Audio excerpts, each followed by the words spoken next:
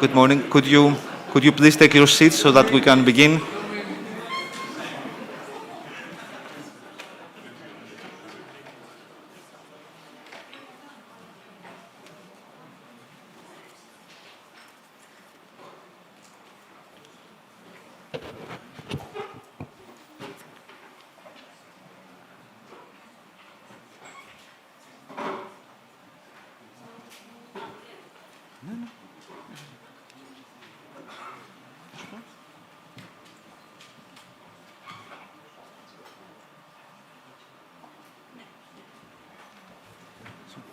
So, ladies and gentlemen, good morning and welcome.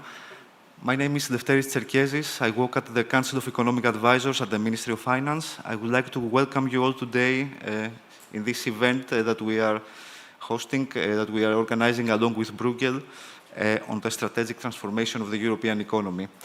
Now, since the reason for this event is to celebrate the 20-year anniversary of Bruegel, let me start by congratulating Bruegel for all the deep and impactful analysis over practically all matters related to European policy. And let me also express my wish for even more insightful and impactful analysis in the following 20 years and much beyond that. So to start, I would like to call the chair of the Council of Economic Advisors, Mrs. Zafira Kastrinaki, on the podium to offer her opening remarks.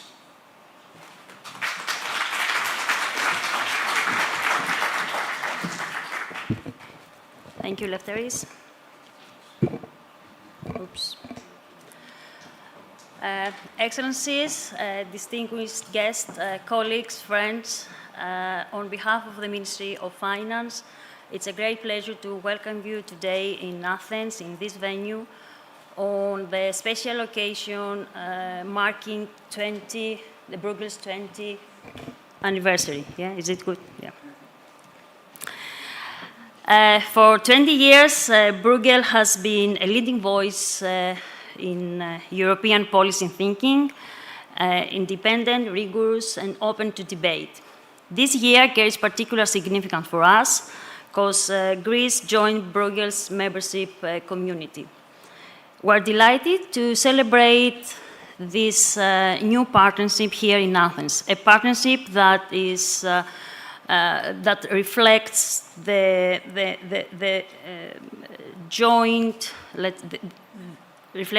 shared commitment to evidence-based policy making, open dialogue, and belief that sound economic ideas can offer better outcomes for Europe.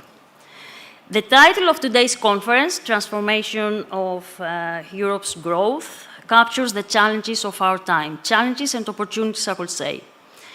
The economic model for Europe must evolve to remain resilient, innovative, competitive, in a fast-changing world, in a world that is marked by profound technological, environmental, and geopolitical shifts.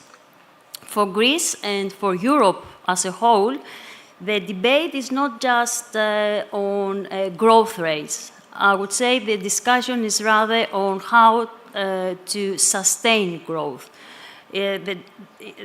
about how to transform investment into long-term productivity gains and social resilience. Greece itself is a vivid example of transformation. Over the past decade, the country has moved from crisis to recovery, and from recovery to renewal to confidence. We have restored fiscal and political stability, strengthened employment and microeconomic foundations, and rebuilt credibility in markets and institutions. Investment has been increasing, and Greece is now leading in new areas like renewable energy and digital reforms.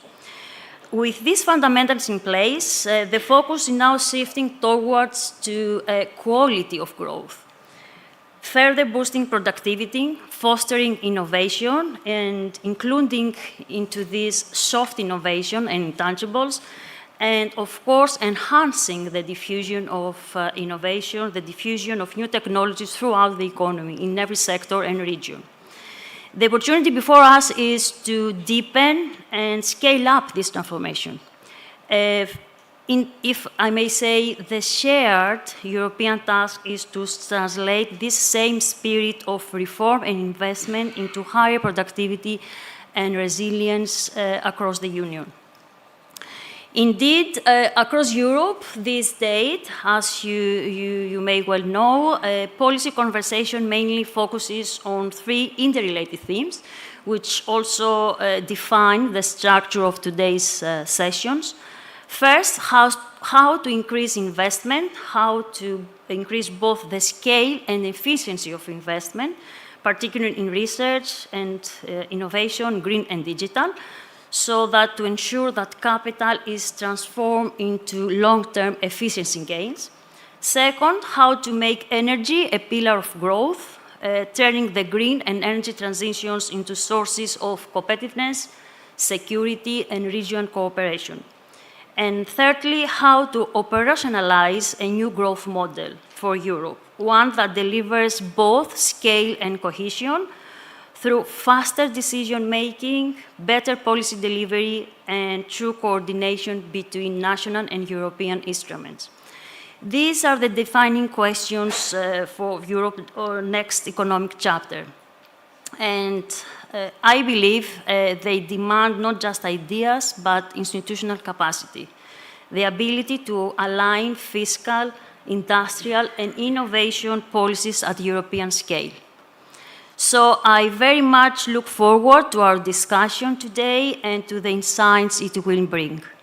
Before concluding, let me thank Bruegel for its cooperation with the Ministry of Finance and for choosing Athens as the venue of this important discussion.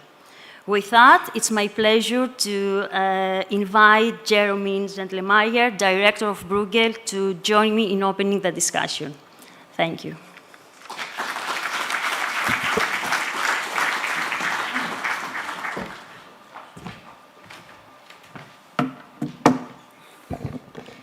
Thank you so much, Zafeda. So I've been director for about 3 years at Bruegel, and if someone had told me 3 years ago that I would stand here and be in the position of opening an extremely substantive anniversary event in Greece, which at that point was not a member of Bruegel, and subsequently engage in a fireside chat with the minister, I probably would have said, okay, this is all I really needed to achieve. That was my 3 years. Now, of course, I hope to continue for some time, but this is just to make the point that, particularly for someone like me who has been, was peripherally involved with the Euro crisis, with the management of the Greek debt restructuring, and in the part of the German government that tried very hard to find a solution that would work for the political economy of Europe and Greece, and not just on paper at the time, it is really enormously satisfying to see how far you have come in the last decade, and to be here to celebrate it, and not just to celebrate it, but in a sense to tap on your experience with strategic transformation. You are the most recent case in Europe that has faced an existential challenge, and so it is a case that we can all learn from.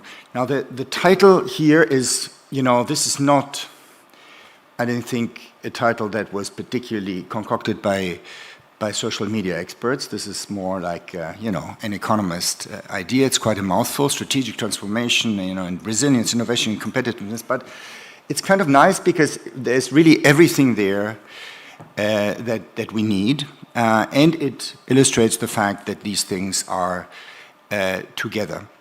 Now, we should not exaggerate the analogies to the last existential crisis that we had in Europe, which was the Euro crisis.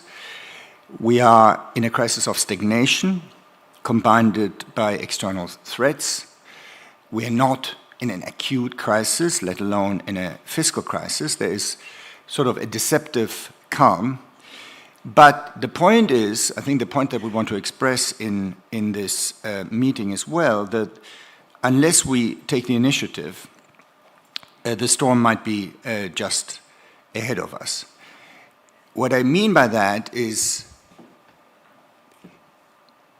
not just in the sense that, you know, some of the achievements since the euro crisis might be fragile, not in Greece, but, you know, we have some fiscal issues in other countries, but that, you know, from a longer-term historical perspective, we really could be facing enormous dislocations, and this time it might be the center and the north of Europe that is the scene of those dislocations.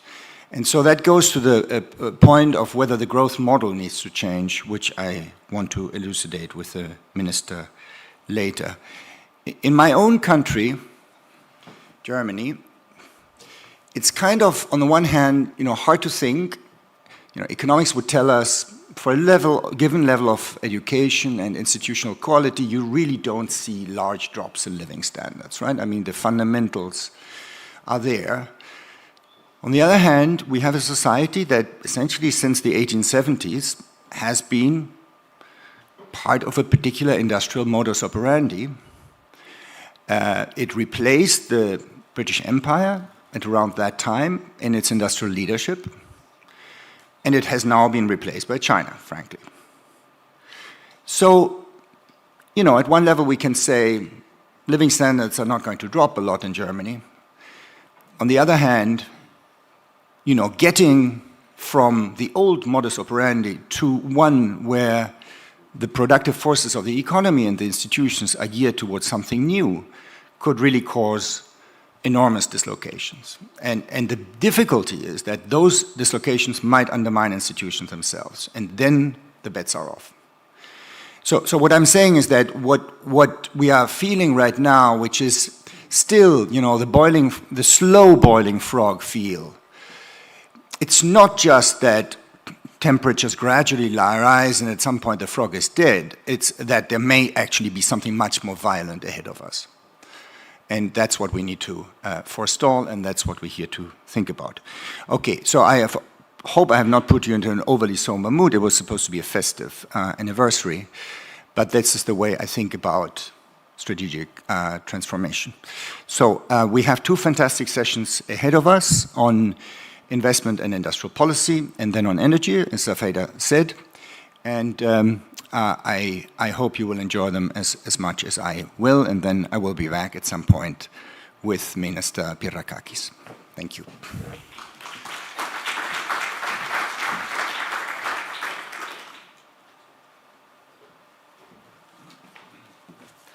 Thank you very much to Zafira and Zeromin for their opening remarks. And now we move to our first session, which is about investment and industrial policy.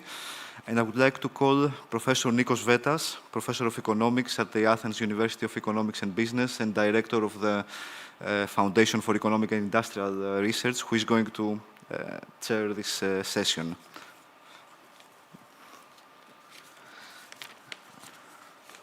Also, we have Mrs. Reinhilde Voigeders, Senior Fellow at Bruegel, Mrs. Lina Mertinen, Permanent Under-Secretary of the Finnish Ministry of Finance, and Mr. John Tsoukalas, Chair of the Parliamentary Budget Office. Thank you very much. Okay, good morning, everyone, especially to those who traveled to be here. Really happy and honored that I've been asked to moderate this discussion. Lina, as just discussed, comes from the Finnish Finance Ministry. She's the Permanent Under-Secretary and deals with all the important matters, because all the important matters have to do with the EU.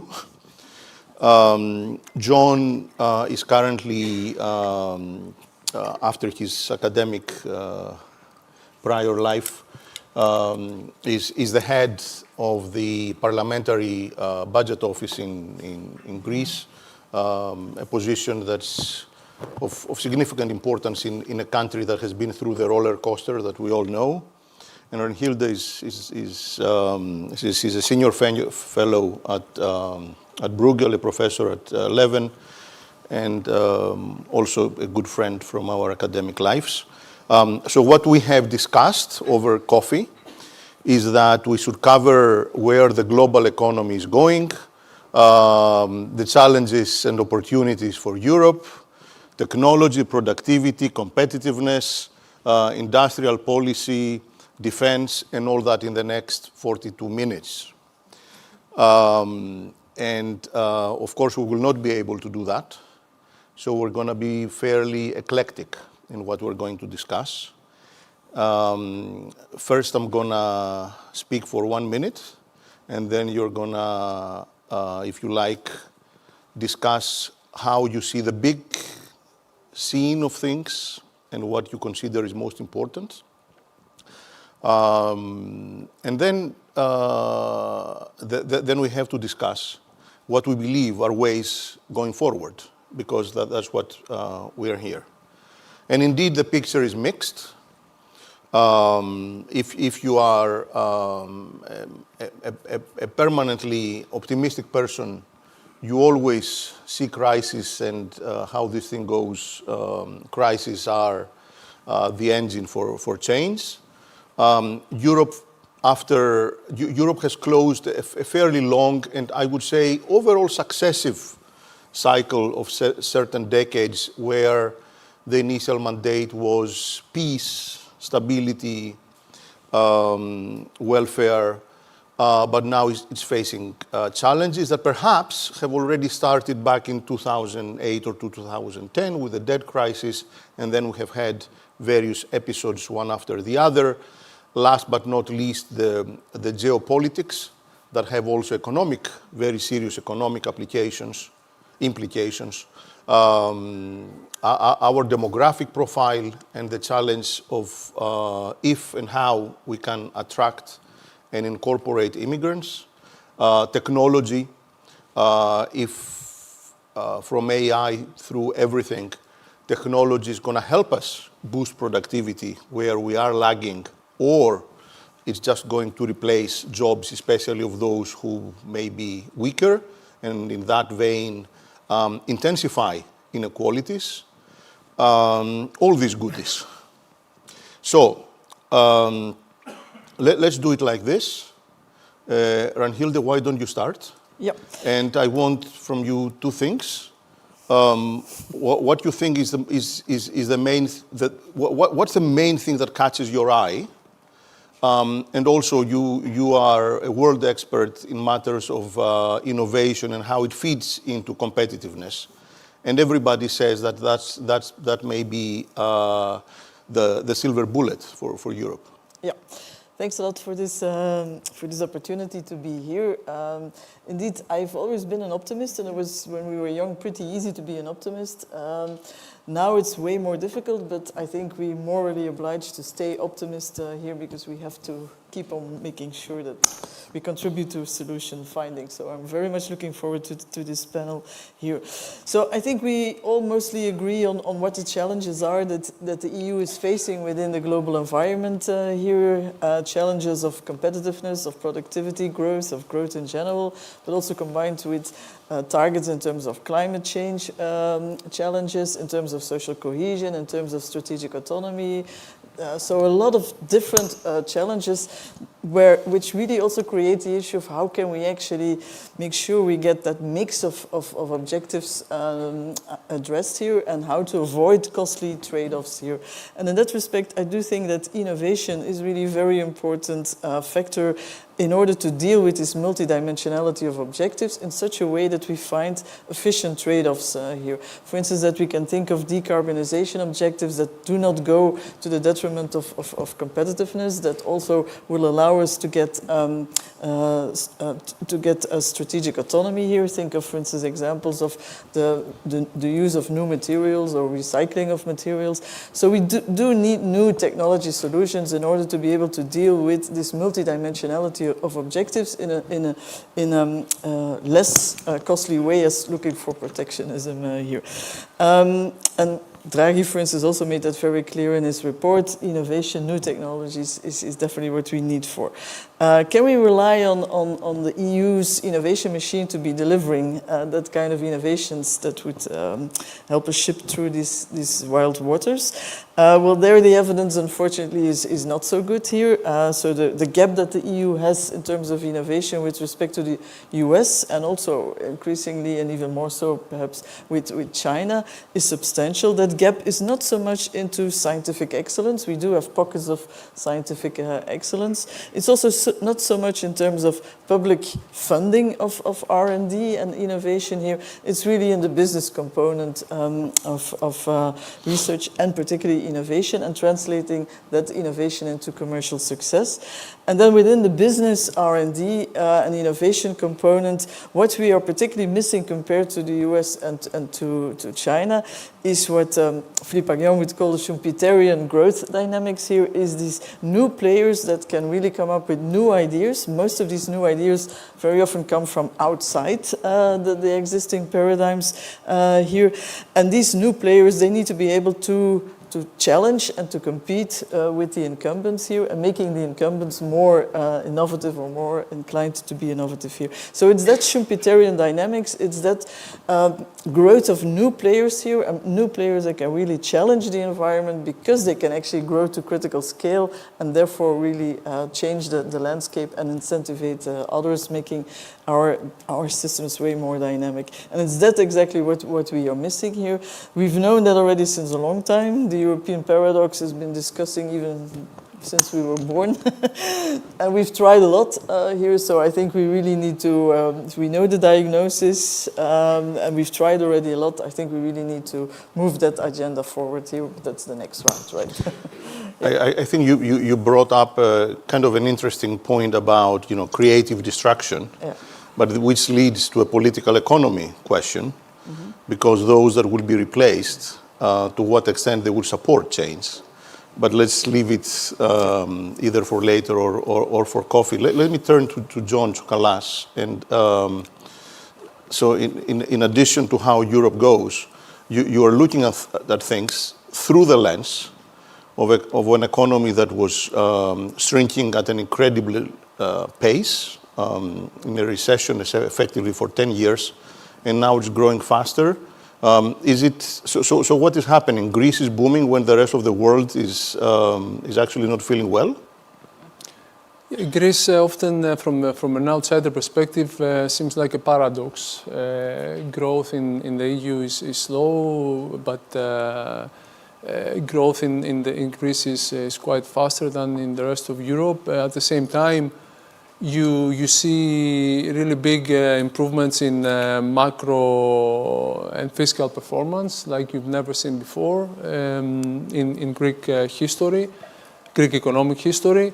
However, I think one point to be made is that Greece has actually lost not 10 years of crisis, it has lost 20 years because during those 10 years that Greece was falling off a cliff, the other EU member states were growing at the same time. So a lot of catch up with stability, which was the obvious thing to start with when we got out of the woods. Greece was able to undo a lot of the damage that was done during the crisis and slowly phasing in reforms that would bring in investment and would raise productivity to some extent. I think that we still have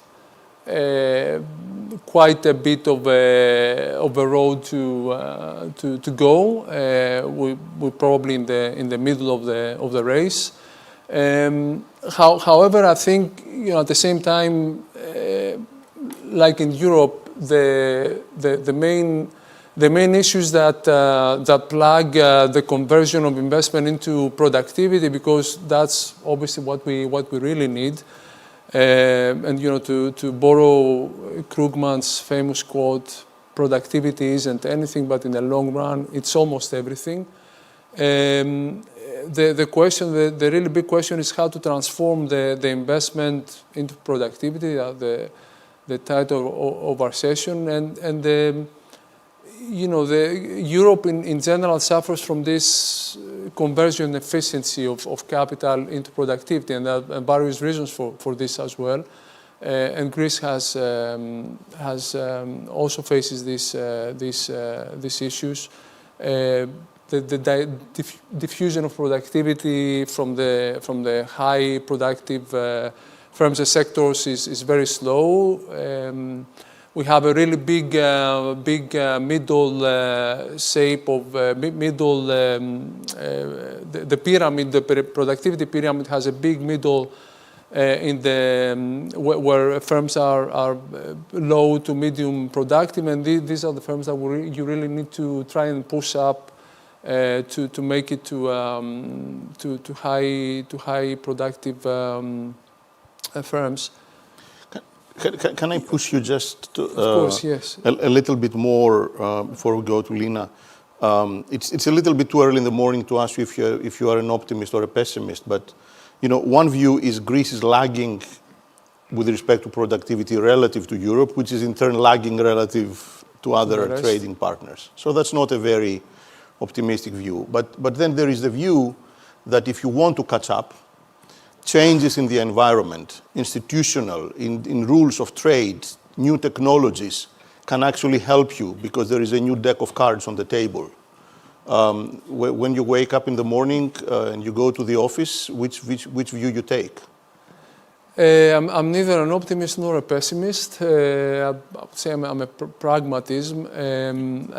I think that one thing that's missing is the complementary investments, like the intangibles, all these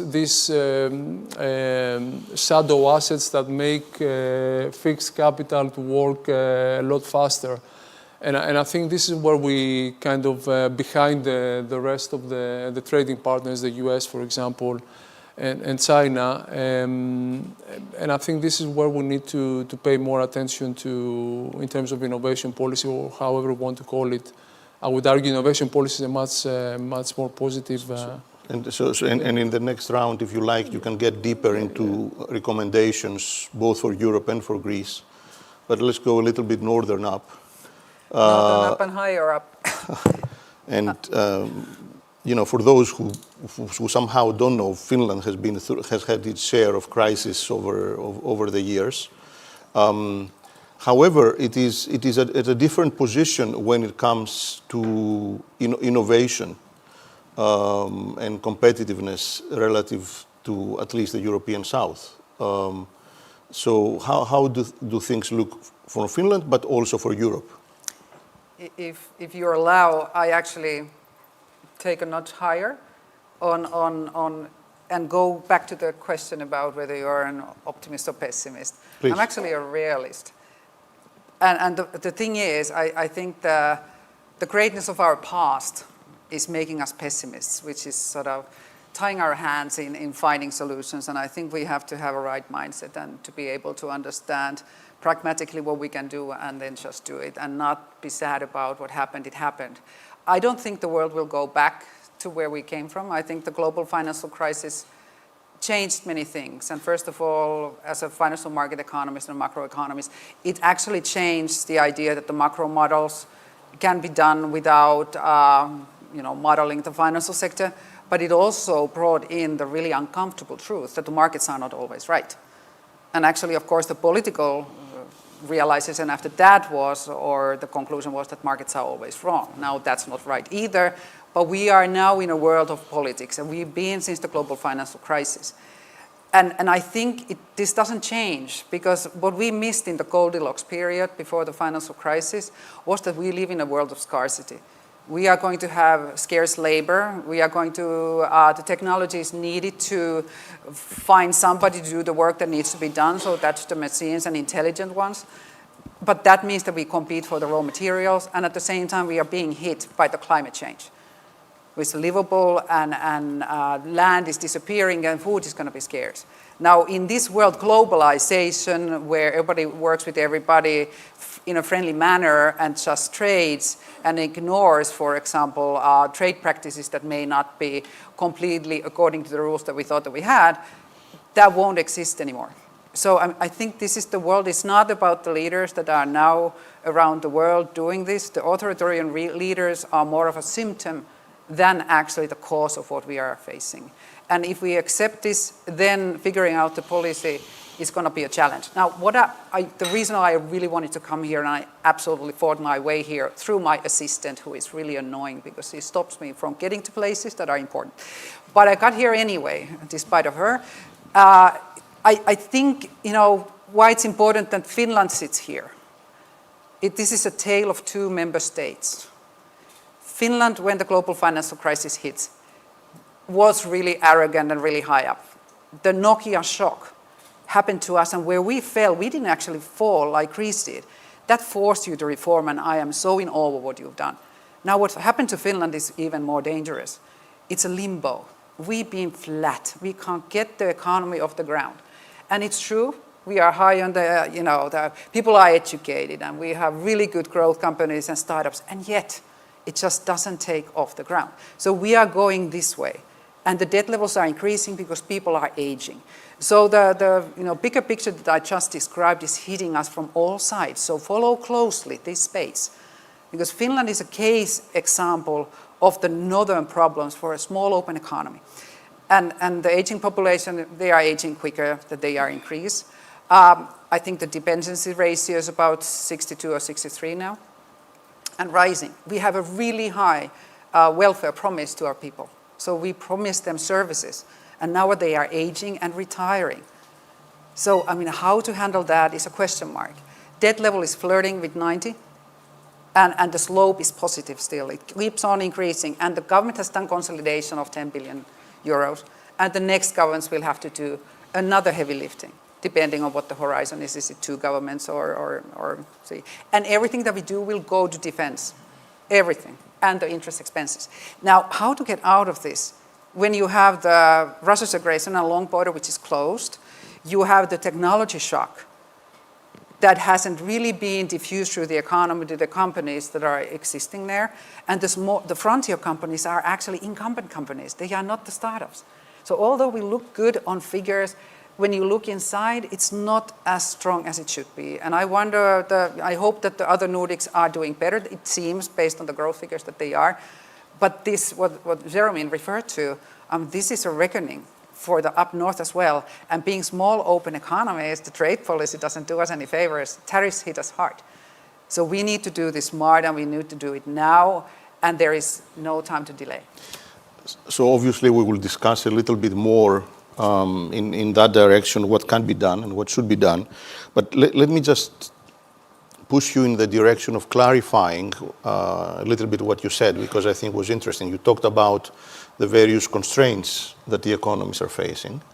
And then perhaps you can classify these in three categories. One, we can call them real, labor, Sure. Capacity, production capacity that we have, etc. And then it's interesting that you separated a little bit the financial side. Mm-hmm. And there are those who say that financing is never going to be an issue. We saw what happened after 2008. During COVID, we printed as much money. There is QE, there is QE. There may be fiscal dominance right now that is pushing the central bankers to take a back seat and all that. So one very quick question is, do you see that as a constraint going forward, financing what? And then an even more bizarre question, because I think you alluded to a third constraint, which is a political economy constraint for change. You talked about incumbent firms or fiscal consolidation. So do we have a constraint? If we didn't have the finance and political constraints, do we know what has to happen in the real economy? Or is it all one? I think, as an economist, I think we should ask for the political economist that question as well. But as an economist, I think we would know what we would need to do. My question is, the structural reforms that we've done, that would need to be done as well, do they carry as much of growth potential as they used to? But my biggest question is the technology as well. Because I see that Finnish companies haven't done the diffusion of the new technologies quite as extensively. But at the same time, we hear rumors already that there are papers being produced where Finland is being hit quite hard by the AI. because you need jobs that are complementary to AI to benefit from AI, but if it's job displacement, then you have the political pressures growing. So things are interlinked. As an economist, how to solve things when they are on this level of disruption is a bit of a tricky thing. And particularly so that we don't end up subsidizing incumbent companies, but actually allow the new companies to grow and prosper. That's a sort of economist solution. And yet get somehow the bigger companies to diffuse and use the technologies being developed and take care of people. Well, that's the next round, I hope. I have to think about how to solve that. So now let's try to get a little bit more concrete in terms of steps that perhaps one can take, and not at the level of generality that one might put, like, okay, increase competitiveness, but how? Do you have, Reinhilde, any the president of the European Commission calls you up and she says, what should I do? Yeah. I think there are two important fallacies we should avoid. First of all, I think we all agree innovation is what we need here. First fallacy is, do we think we can leave it to the market to deliver the innovations that we need here? I think we know that very well, that will not be the case. We know the story of the externalities, but also nowadays it's even more important because we have also because the transitions are so transformative, there is also a lot of path dependency. If we leave it to the market, we get stuck too long in these path dependencies and transition doesn't take place fast enough here. And another dimension is that we are going way more into large scale, winner dynamics, take all, and that means that there is also kind of risk that the ones that are already in the market will have an advantage over, and those catching up or coming later would have to be. So we need innovation and an innovation policy. I hope we can agree on that. Second fallacy we should avoid is, but we already have an innovation policy, so let's continue like we were running it before here. A bit of a risk-averse strategy here. We don't want to try anything new. We try whatever is already, and we'll get there. I think that's also wrong because the evidence clearly shows that's not enough, and particularly not with the new challenges here. So we need to be actually much more risk-taking in the innovation policy, trying, and it's also fair to say that we don't actually know what will work or not, so we need to experiment and try, and be much more creative, destructive, also in our innovation policy perspective here. And that also requires, so it's a much more general recommendation is that we need to experiment more with innovation policy, but really experiment in a scientific fashion, in the sense that we very quickly will learn from these experiments. If they don't work, we readjust and we cut them and look for new solutions here. So that's already one important suggestion for me that we need to take for innovation policy. Can I interrupt, and then you blend this into your I think for those who have by their bed the Draghi report, there might be a wrong way to read part of it, which and the wrong way could be something like that. Okay, we need new technology fast. We need stronger and bigger firms, maybe European champions. So what you should do is you empower bureaucrats in Brussels and national bureaucrats to pick technology, and then you throw away state aid rules, and you strengthen the already reasonably large firms that may tend to be German and French, and this is also convenient. And that way, you see this risk? I do. Yeah. No, and it's also, the Draghi report has this inherently present, but it's also in the discussions we constantly have around industrial policy. You have the old way of looking at industrial policy at the EU level, which was more like creating the framework conditions where champions can arise here, versus now, no, we need a much more targeted vertical industrial policy with subsidies, picking winners here. So where are we? I think certainly if you believe if you take the perspective from an innovation angle here, I think you cannot predict exactly which ones will be successful or not. So there will be. So I think it really is creating the conditions under which we would have a well-functioning market where the winners will actually be able to grow. The successful ones will be able to grow, and that requires the dynamics of creative destruction here. So for Europe, that really means that a very important part of any innovation policy or industrial policy is making sure we have an open, single, large, competitive market, because that's where the incentives for innovation will come. That's also where you get that creative dynamics here and not only for the stakeholders, also the existing stakeholders, but also for new players here. So competition policy, single market policy is a very essential, necessary condition for any kind of innovation policy. And on top of that, I think if you would have those kind of conditions, it's much more easy to choose initially to support some kind of perspectives here, but do it also always making sure you allow for enough competition. So invest in multiple potential winners that you're going to invest here, and particularly only select them initially when the ecosystems are still very fragile. That's what they need really the support here. But then once they have overcome these kind of barriers, should let them go here. And then another thing why you would also need to pick winners is because you need to pick also technology solutions that are really much more closer to what society needs rather than what the commercial returns would be for them here. So that's why you would also need more picking of certain initial stages here as well. John, your turn. And if you don't mind, can you incorporate in your answer from the viewpoint of a small open economy that needs to grow, matters like, we have been discussing about the capital markets union, banking union since at least 2015. And this is 10 years later, and we're just in the introduction. But yes, thank you, steer us which way you want. Well, first of all, what I want to point out is that there's not enough fiscal space in Europe to do national industrial policy. And if you do that, it's going to be a piecemeal approach.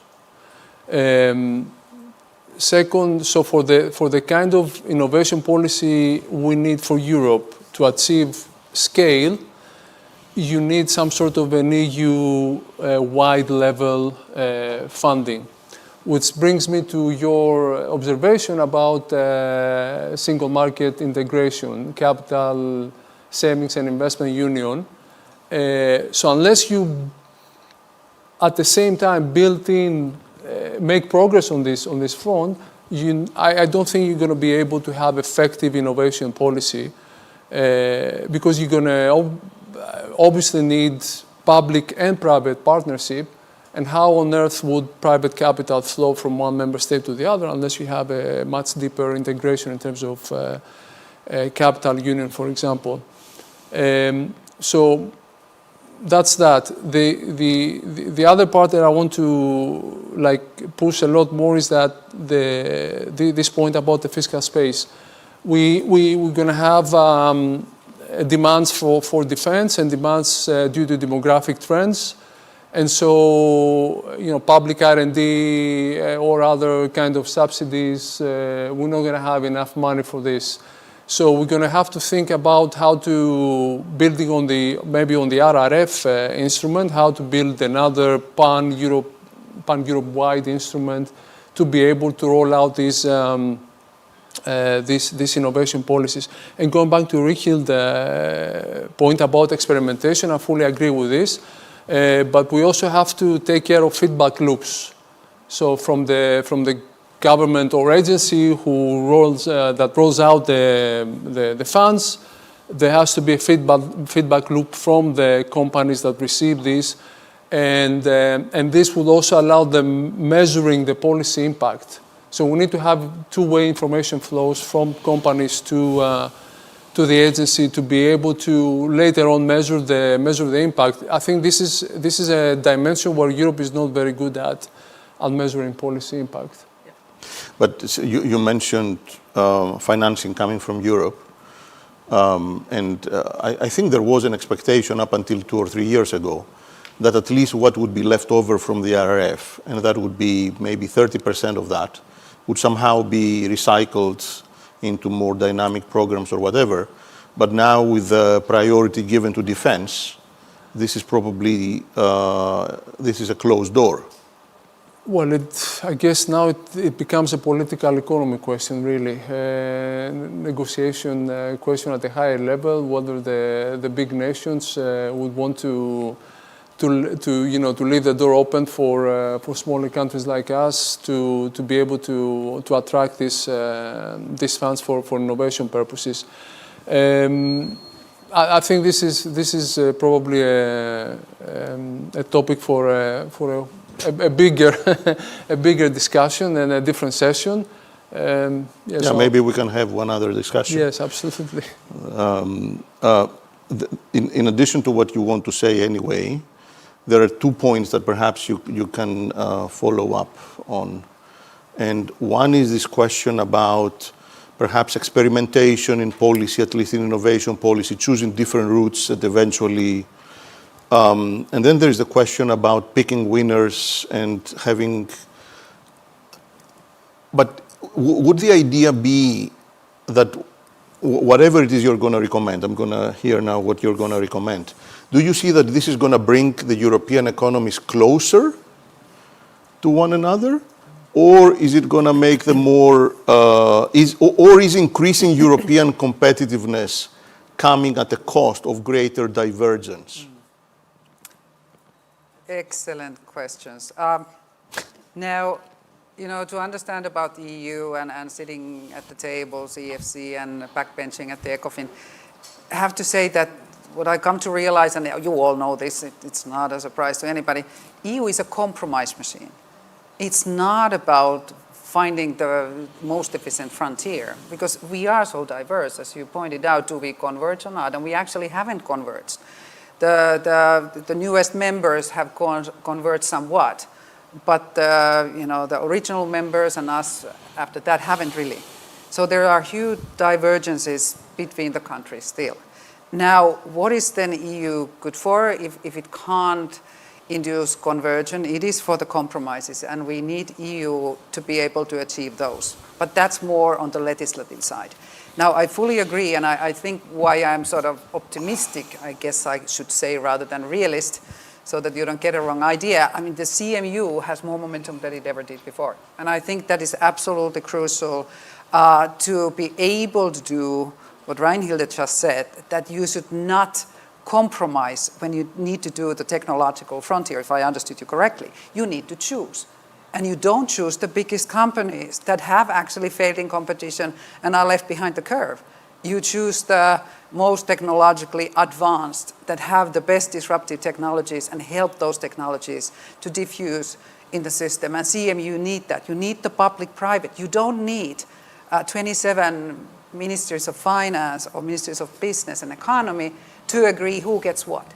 So we need to choose right, and it needs to be more of the good old private sector type of thing of choosing the technologies, because I don't think we have the funds for DARPA. So that's not going to likely happen unless the defense side builds into something that we haven't seen before.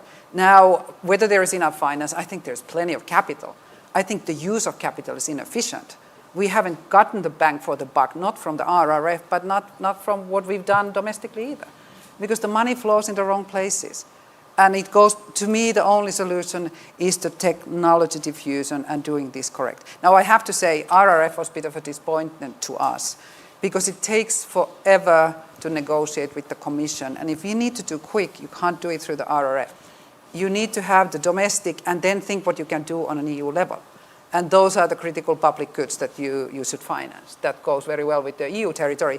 But to ask Commission to design an innovation policy for Finland or decide whether we are doing it right and then handing out our money probably doesn't work politically. So this is the sort of political stability in the system, not let good compromise destroy the necessity of doing the best. And the best is technological advancement. And there you go to the public sector. So that's how I sort of summarize rather than go one by one of the different. measures? I can say a million things against the RRF, but let me say one thing in defense. Not of its necessarily design, but of its concept. That, and remember when it was brought to life within COVID, and its signaling role that we are all united and we are not going to leave anybody behind, that we're not going to pile up a debt crisis on top of a pandemic, and that we care about all the right things, digital, green, etc. That's not to be minimized. That's true. Before we get, but your question is very real, which is what has been all the multipliers that it implied, and if we really leapfrogged into something. And that on that we can have another discussion, as John said. But can I make you and Ranhilde see if you agree or you disagree on one thing? Because I'm not sure I heard you both very clearly. Do you think that this innovation path, the path to more innovation, if we are very careful, we can get it most of the time right, or it would innovation always comes with the cost of multiple failures before you get something that's really of high value? Yes, of course. You go first. May I ask a question from Reinhilde? Because I understood for the longest time that the frontier companies actually who came up with the most disruptive ideas and technologies, they actually failed, and then the next layer actually took the innovations and made them into something that actually became a business model. Yeah. Now, have we moved to a world where actually the frontier companies that take the first risk, that do the first really disruptive one, and many of them fail, by the way, it has to be so. But those who succeed, are we looking for those, or are we looking at the next layer who implements, is my question. And since you're asking a question, Yeah. do we have, in order to fail, right, are our labor markets, our financial markets, and our justice systems flexible enough so that this failure gets translated and into success? Yeah. Let me try to answer. So if you really look at the innovation landscape, that really comes with, you have, of course, large incumbent firms, which are very important to adopt the technologies, to scale them up. They have certain strengths in terms of complementary advantages. We cannot ignore that either. They will be very important in the use of these technologies. But are they the source of really the new, disruptive, new kind of ideas? Very often not, because they are too much pet dependent and incumbent. So for that, you need really new players here, or players that can think outside the boundaries here, and those need to be at least able to scale up sufficiently so that they can challenge the larger and the incumbents one here, and eventually also, if needed, replace them too. So it's those new players that you actually need to. Does that mean you have to pick them? I would be also, again, very careful. So this picking winners is always very, certainly when technology changes so fast and is so complex, I don't think policymakers can make those choices here. So what you need to pick as objective, as a policymaker, is you have to pick objectives. You have to say, these are the kind of technology solutions that we would like for those kind of challenges, like decarbonization, like strategic autonomy. You pick the objectives, and then you let it up to the market to come up with solutions that would best fit those here. So pick objectives, not pick technologies, and definitely not pick players here. But also make sure that you have the framework conditions that allow for enough good ideas to come around and compete among each other here, so that actually the best ones so that the market is as good as possible in selecting once you have set the objectives of the innovation here. And it also translates into KPIs. I fully agree here. So if you want to experiment, we need to be able to monitor this very carefully. And that means we have to have really very explicit KPIs, what we want out of each project, how that fits to the objectives here. So those are the kind of KPIs. These are very difficult to identify, certainly for the early stages, but that's why you also need milestones in the different projects and different kinds of KPIs, and a very close interaction between the public sector and the private sector in communicating this. We have less than 4 minutes left. Yeah, so I'm going to ask two bizarre questions for the end, and then you pick if you want to answer one of them. My first question, it's actually it's not a question, it's a reflection of mine, and maybe you can comment on that. there is a lot of what we're doing in Europe that is right. And we should not be constantly self-beating or, this sense of self-pity and, this is the end of the world. And I mean in economics, but also in other things that may be even more important than economics, like rule of law and democracy. And if you look around the world, if we constantly have a rhetoric that we are, so far behind where we should be, that is not a great thing. I'm not saying that we should be lying to ourselves, but maybe we're getting into a self-fulfilling negative loop. That's one. And the second, which is partly related to that, you are all top economists in policy or academia. How should we help politicians? Because without politicians, we cannot do much. Okay, that's how the democracy, that are the rules of democracy. But how can we help politicians when they are facing a very significant constraint, which is electoral cycles? And what can we tell them as a quick advice and say, hey, we're not that bad. Here is a couple of things you can do. And if you do this, maybe you can even get re-elected. Yep. Who wants to go? You want to go first? Absolutely, because those are wonderful questions to finalize this. Now, I completely agree. I think I'm looking at President Trump, making everything bigger and people believing. And as an economist, I always thought, you just say as things are and you never sugarcoat anything. But I think we need to be a bit prouder about Europe and what we can do. And others talking us down. It's a way of it is a negotiation tactic as well. So let's not be bullied by that, but let's be proud of what we do and dare to say it as well. Now, on the question to economists, I think we become irrelevant unless we quickly figure out how we recommend to our political leaders, our political masters, the second best policies, because this world is not a first best world. There is defense and geoeconomic threats and trade policies and tariffs and volatility everywhere. We need to be able to figure this out as economists. And that's our job to do. And we have not yet completely grasped the realities. And I think this is the first step for us to take home. Okay, yeah, I'll go next. Thank you, Nico.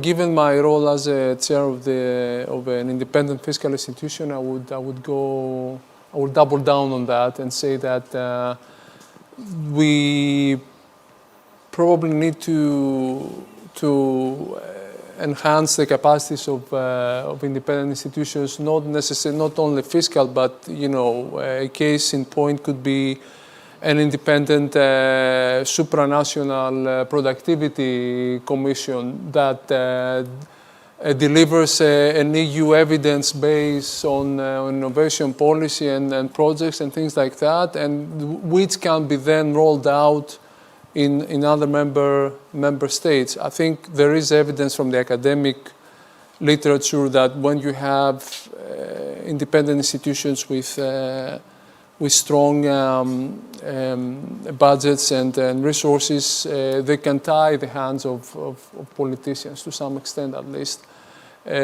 because they bring the long-term perspective into policy. So you want to try and marry the electoral cycle with the long-term perspective and bring as much of the goods from what's good for the long term into the election cycle. So yeah, that's my take on that. I want you to finish by saying what it is that we are doing great in Europe and why things are going to be even better in the future. As I said, I'm an optimist. I'm a forced optimist, and I still believe we have the moral duty to make sure that we try to advise as much as possible so that we get there. I'm sure. But the challenges are really, first of all, the risk taking at policy level and the long-term perspective here. And that goes a bit against very often the nature of. But still, the way to try to reconcile that as much as possible is by also giving giving to the politicians also the opportunity to look for what the short-term results are of a more risky long-term policy agenda here. So I really like also this idea of independent agencies, but independent agencies that you give very clear KPIs, short-term, long-term, here with the different milestones here, and then politicians can actually also live on the short-term KPIs here to get their returns here while not giving up on the really long-term benefits and KPIs where it's all about here. So I think we have pretty much exhausted the time, and you have added a lot of content and insights. So you were great. Thank you very much. And I think we go directly to the next panel. So we leave and other people come.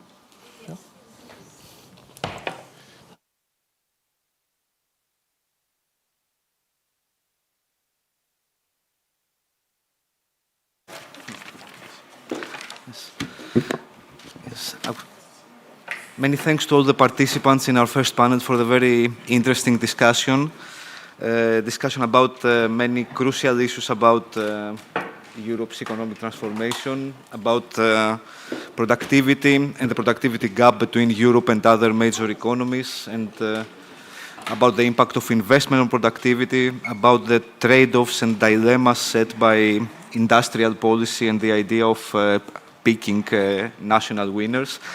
So now we are moving to the second session of today, and we are no longer at the broad treatment of productivity and investment, but we are going to something more specific. And we are actually, this session is about the energy sector, which is obviously a very crucial sector in relation to all to the topic that we are discussing today. So in view of that, I would like to call the chair of the second session, Mr. Georg Zachman, a senior fellow at Bruegel, who will be with us in a minute.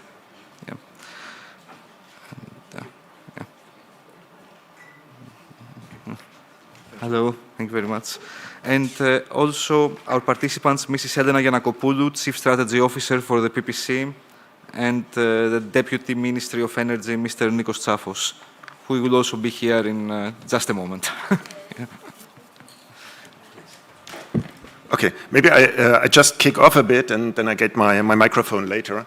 Good morning, everybody, and my name is Georg Zachman.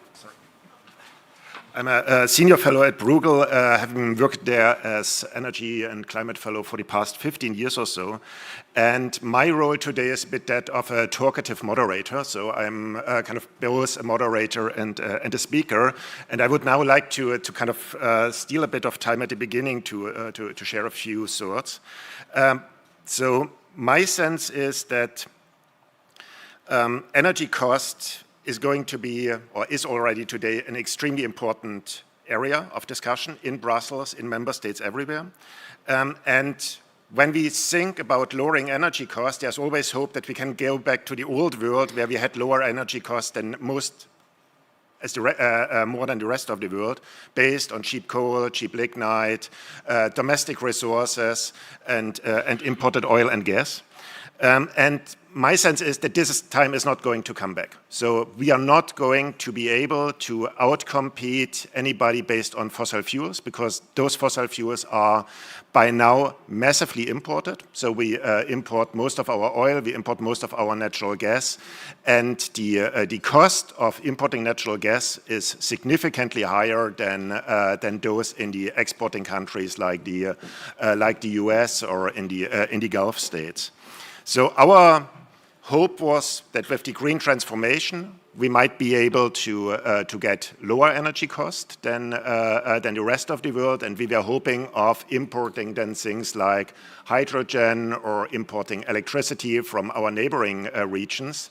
But I have to tell you that there is a big problem here, that importing clean fuels is even more expensive compared to the exporting country than importing fossil fuels, because the transport cost of clean energy are higher than the transport cost of dirty energy, which means that we are not going to solve our problem based on hydrogen imports or electricity imports very, very easily. So domestic production of clean electricity is most likely what we are going to have to do to establish our long-term competitiveness. And the challenge here is that we not only have to build up the supply of clean electricity, but also the demand side. Currently, about 20% of our energy consumption is electricity. By 2040, it should be already 50%, so more than a doubling in the share of electricity in our fuel mix. So we will have a massive transformation that is not just a decarbonization, but also an electrification of our society. And that has huge implications, not only for Europe, but also for each and every member state. And this thing is going to be massively capital intensive. So maybe to trigger some of the macroeconomists among you, we are talking about 1% of GDP per year on the supply side of electricity investments that we might need in addition. We are talking 1% on the demand and grid side. So this is macroeconomically relevant numbers. And given higher interest rate, higher competition for capital, getting this investment right is going to be critical for European energy competitiveness. And getting it right means, for me, three things. The first thing is getting the right technologies. And if you open a newspaper, there's always a new energy technology that is being invented and promoted as the solution to everything. There's always the people from the renewables and the nuclear and whatever technology side promoting their technology. And we don't know. We have to, and in my sense, we have to let the market develop as much as possible of this choice. And we had this innovation session before. We also need more innovation in this area. So therefore, I am a strong believer that markets have to develop and identify what the right technologies are. And we should let markets do their job here as much as possible.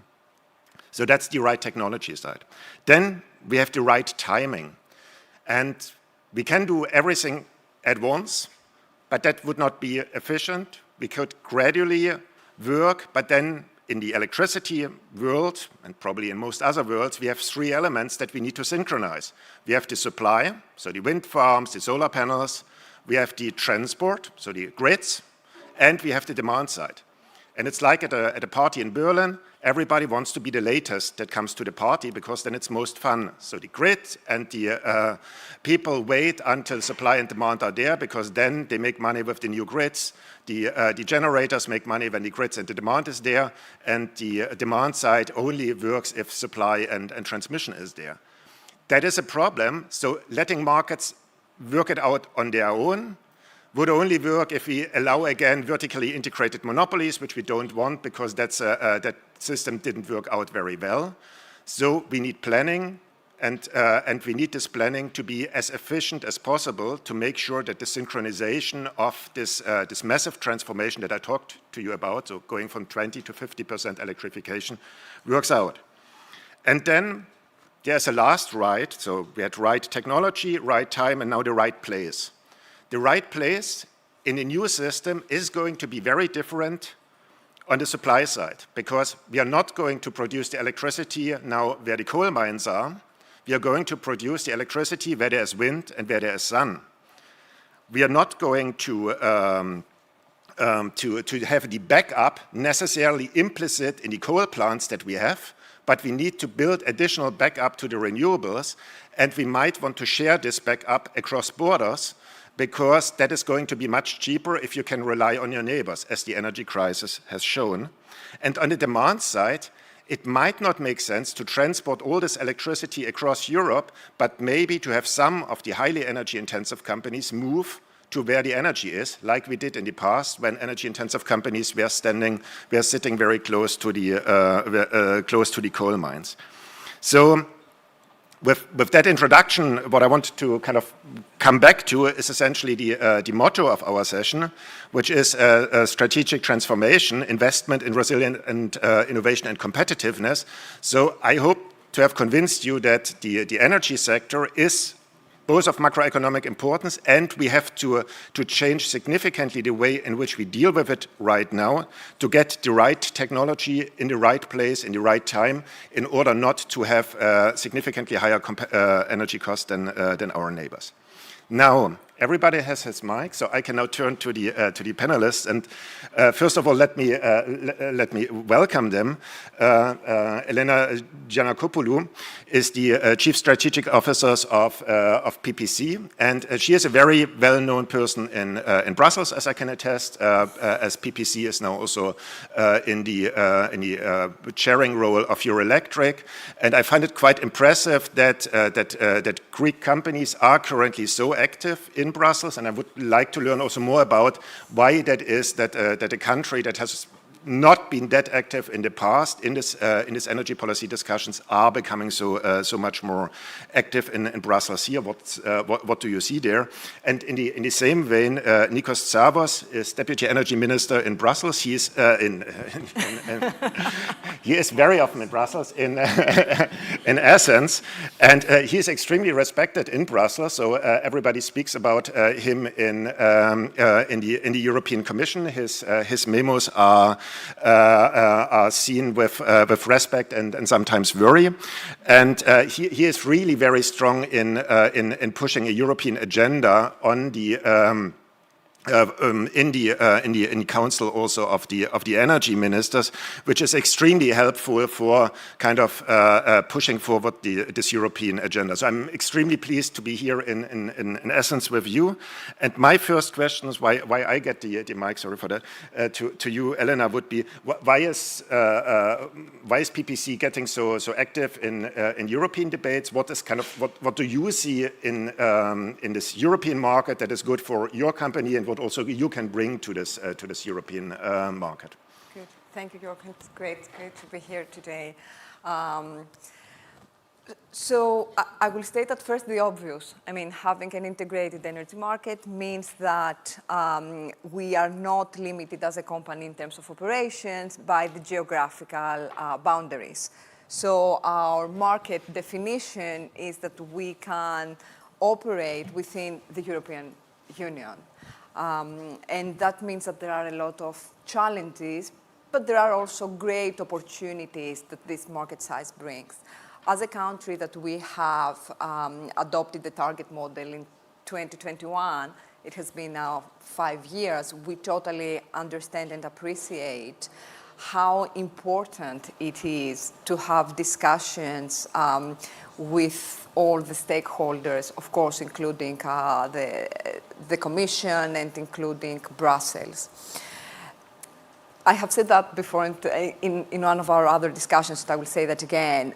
Europe doesn't have access to cheap gas resources that are enough to meet currently the demand. What we have is strong wind resources in the north, and we have strong solar resources in the south, and Greece has been a great example of this.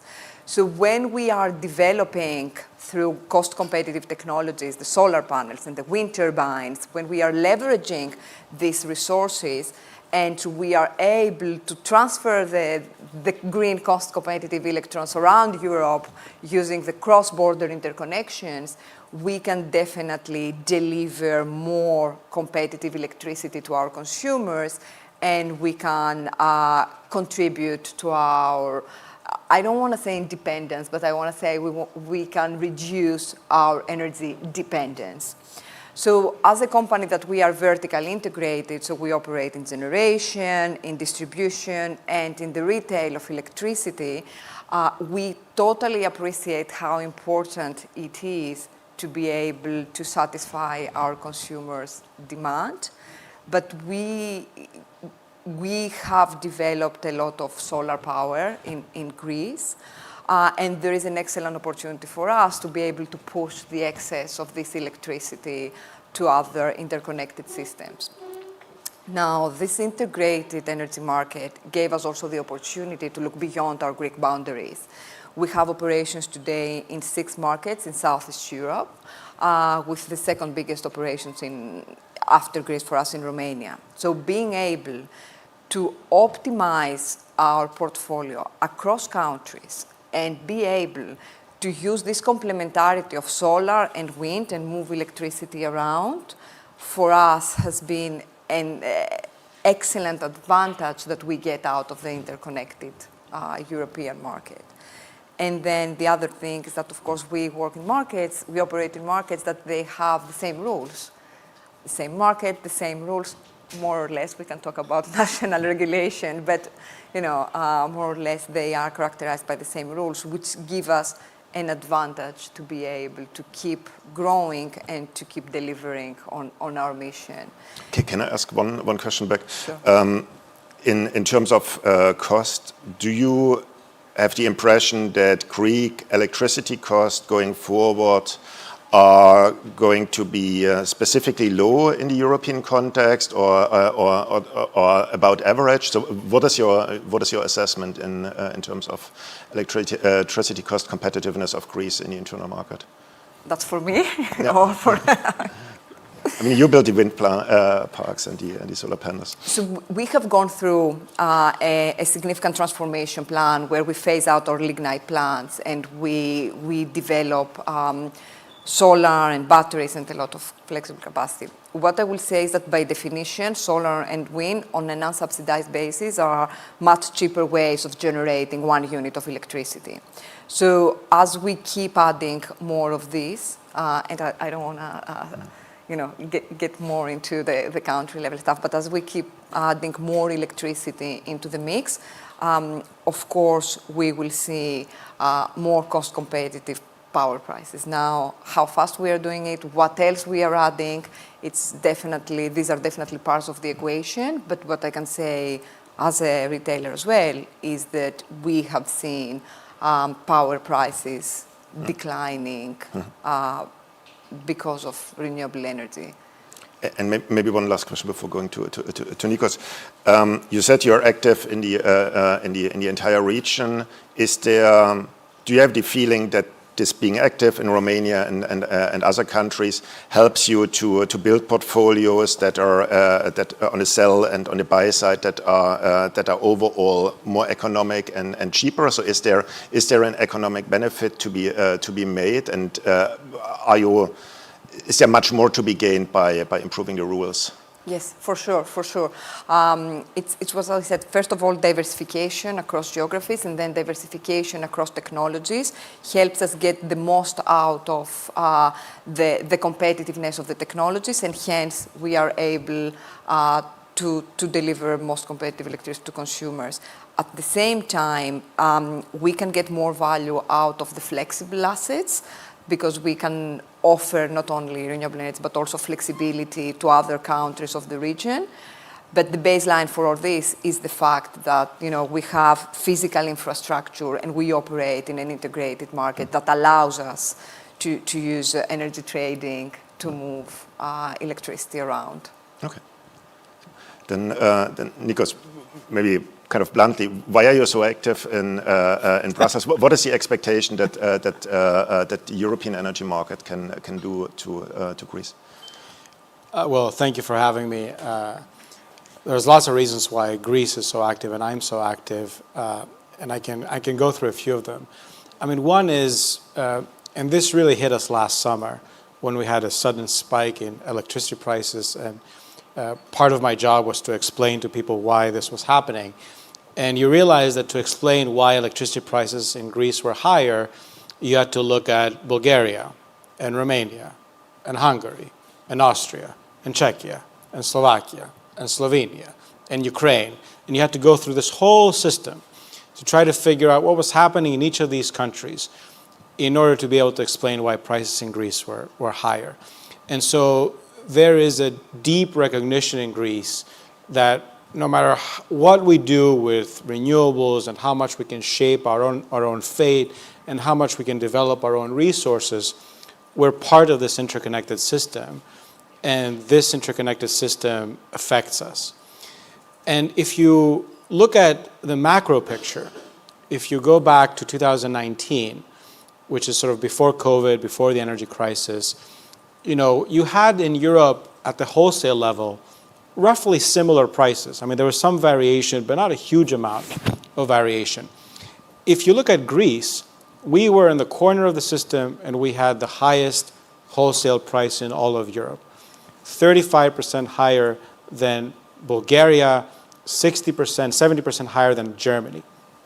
You go to the present And actually, we have cheaper prices than Bulgaria at the wholesale level, and we've converged with Germany, where our difference now is only 15–20%. Right? So we see the benefit of an isolated or semi-isolated system that delivers more expensive electricity versus an integrated system based on renewables that delivers cheaper electricity than some of our neighbors and much more competitive electricity relative to the core of Europe. So this is the sort of political argument, because when we look at prices and we say, well, this is a European problem, well, people will show us the map and say, well, I see northern Sweden has prices of 5 and I have 120. So clearly it's not a European problem, right? So, and this is really what has become a huge political challenge, right? So what are the benefits that we see of integration?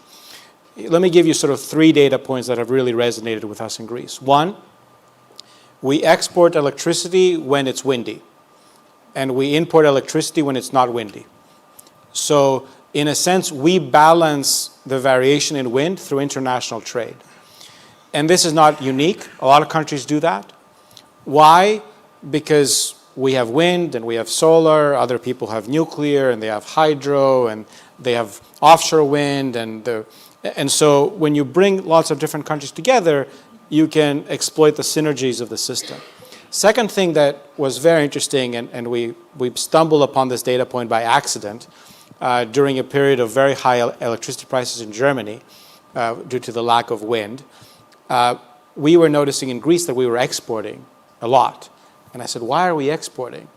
And we discovered that Greece has uncorrelated wind with the rest of Europe, that our wind patterns are just a little bit different than the rest of Europe. And so even though all of Europe was in red because it wasn't windy, we were flushed with wind and exporting. And to me, that's a great sub-example of the kind of synergies you can have on a continental scale. It's not windy everywhere, it's not sunny everywhere, it's not rainy everywhere, but it is somewhere. And if you can connect this system together, you can exploit not just the resource endowments, but the variation in resource endowments. And the last thing, which we've been very strong champions of, is north-south connectivity. There is a beautiful symmetry between solar and wind at the European level on a seasonal basis. To put it very simply, in the summer, we should be sending solar energy north, and in the winter, we should be sending wind energy south, from north to south. This kind of complementarity can be vital for reaching decarbonization at the lowest possible cost. So when we see sort of the European agenda, we see both a defensive mechanism, that what happens in us is shaped by the decision of others, but we also see tremendous opportunity. And frankly, if you told me how can you reach net zero without a lot of international trade and without a lot of connectivity, I have no idea. Can I follow up a bit on kind of the bigger political economy question in Europe? So what we are observing is that countries have their energy-intensive industry, and they like to protect it in the way it is because of political economy constraints. At the same time, they have they deploy renewables, often with some state support, and they would like to make sure that this electricity primarily reaches their own industry. At the same time, we all, I think, have been saying that an integrated electricity market is essentially something that can bring down cost as much as possible for everybody. Do you have any idea on how we can bring these two worlds together? The one of somewhat industrial policy based on energy policy, which is kind of a plausible approach that is taken by many, and the one of having the European energy market as a neutral, somewhat depoliticized market that just operates outside of the economic policy constraints? Well, I'm glad you're asking this question, because we actually saw this in Greece. So last year, Greece became a net electricity exporter for the first time in 25 years. So this is a country that 5 years ago imported 18% of our electricity, and we went from -18 to plus a little bit. And what was fascinating is how quickly the discourse switched in Greece. Why are we exporting? So for the past 25 years, we were dependent on this market. The minute we became a net exporter, people were saying, why are we exporting? Stop exports. So this is a real challenge in terms of how you manage the political economy of electricity. Now, what I see is, I think before I got to the political aspect of this question, I think we have to be a little bit fair, because one of the things we have noticed is that, and I said this before, the market wasn't so fragmented 5 years ago. When you looked at the price differentials, you talked about 10, 15 euros, yes, maybe percentage among the extremes, but you didn't have the prices we have today. You didn't have 10 euros in northern Sweden and 150 in Greece. You didn't have that kind of variation. And the reality is that I think our system was suited well for the world of 2019. And I give the example of, say, Greece and Bulgaria, where, well, if Greece relies on lignite and Bulgaria relies on lignite and nuclear, then the cable we need between us is this big. Now suddenly you've shut down the lignite and you're using solar, and you have to ship a lot of electricity in the middle of the day and bring a lot of electricity back in the evening, then suddenly this cable is not enough, right? So we've built a system for resources that are no longer the dominant resources. And to me, that says that we are in a transition phase now. And I think these disparities, these extreme disparities that we see, are not here to stay. I think they're a temporary feature of our transition. So I think the political answer is, we have to sort of have faith and trust the promise of the internal market, but we also have to understand that if the map that we see today continues, this might be economically optimal for some countries. It is politically unsustainable. It is politically unsustainable for me to see last July, this is a number that has just etched in my memory, where the price in Austria in the evening for 1 hour is 61 euros, and the price next door in Hungary is 940. We cannot imagine any other product in the European Union having a 13x difference for the same commodity across a European border. So even if economically for some countries it makes sense, politically this map is not sustainable. I mean, my sense to some degree is that we have two elements there. One is, to a certain degree, demand, as I said before, might have to move a bit to the new energy sources, because we cannot transport kind of gigawatts of electricity from Sweden to Germany, or from Greece up. At the same time, we need also bigger transmission lines to address what you mentioned before, with the new production pattern that benefit a lot from trading forth and back. So maybe net trading overall might be increasing somewhat, but we should not. We should make sure that gross trading, so in both directions, can increase massively, for which we need significant grid investments. Now, for grid investments, as you both know, in Brussels, what is coming up is the grid package, most likely in December.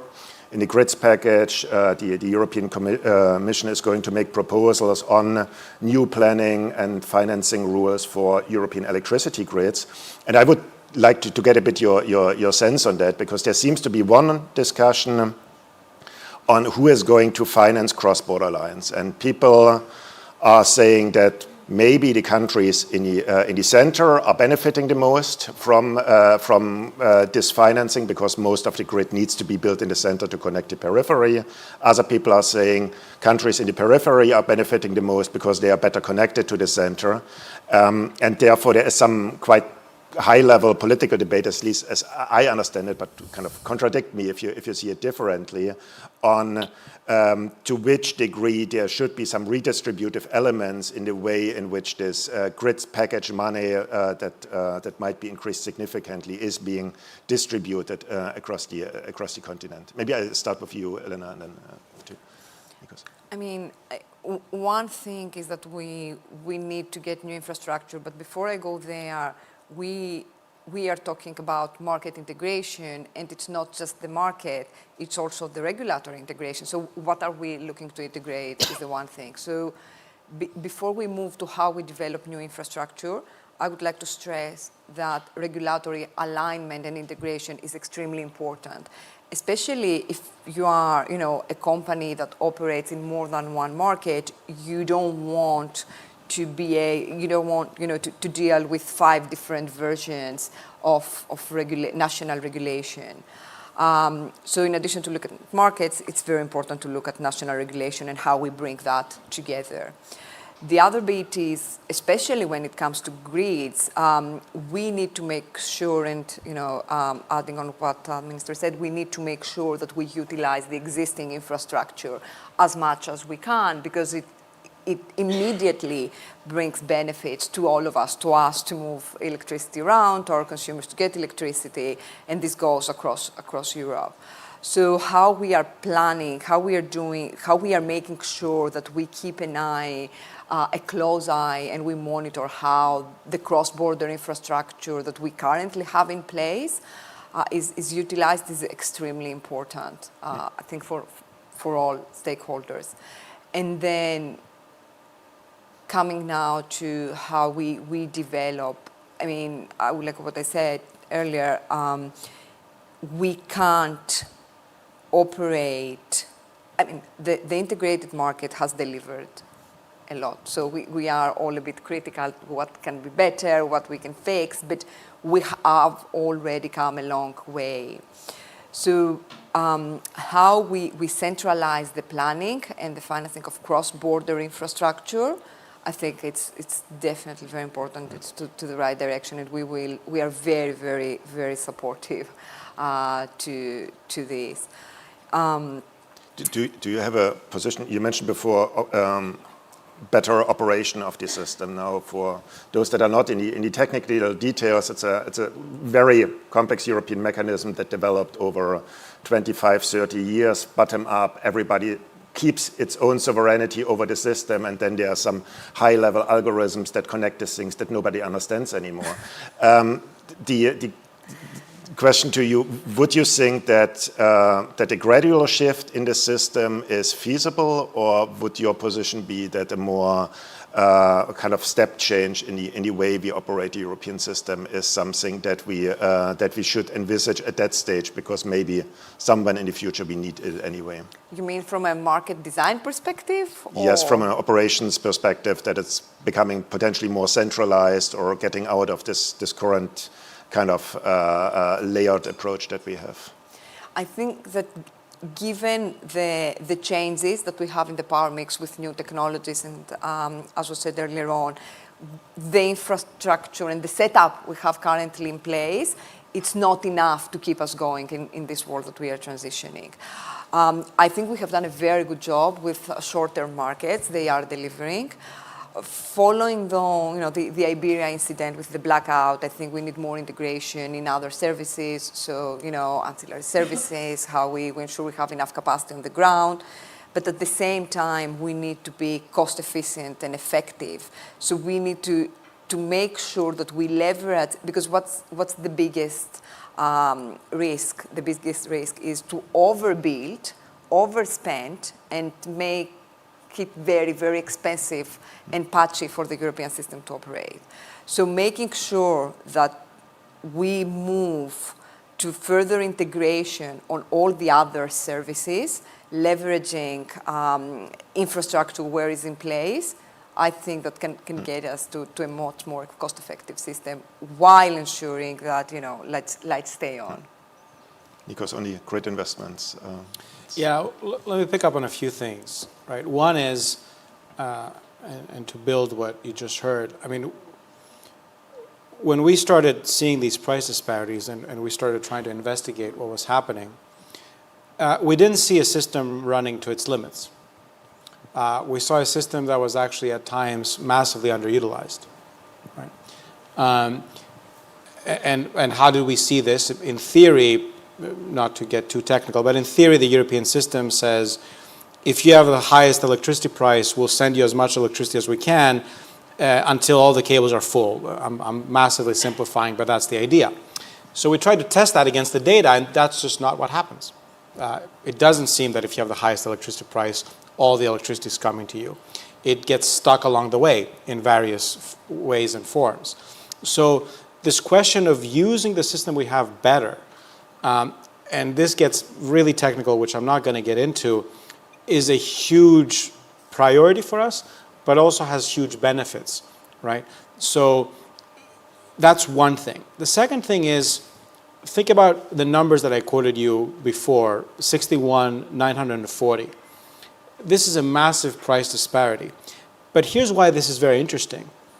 Because if insufficient integration produces this price disparity, then this is the cost of not having an integrated system.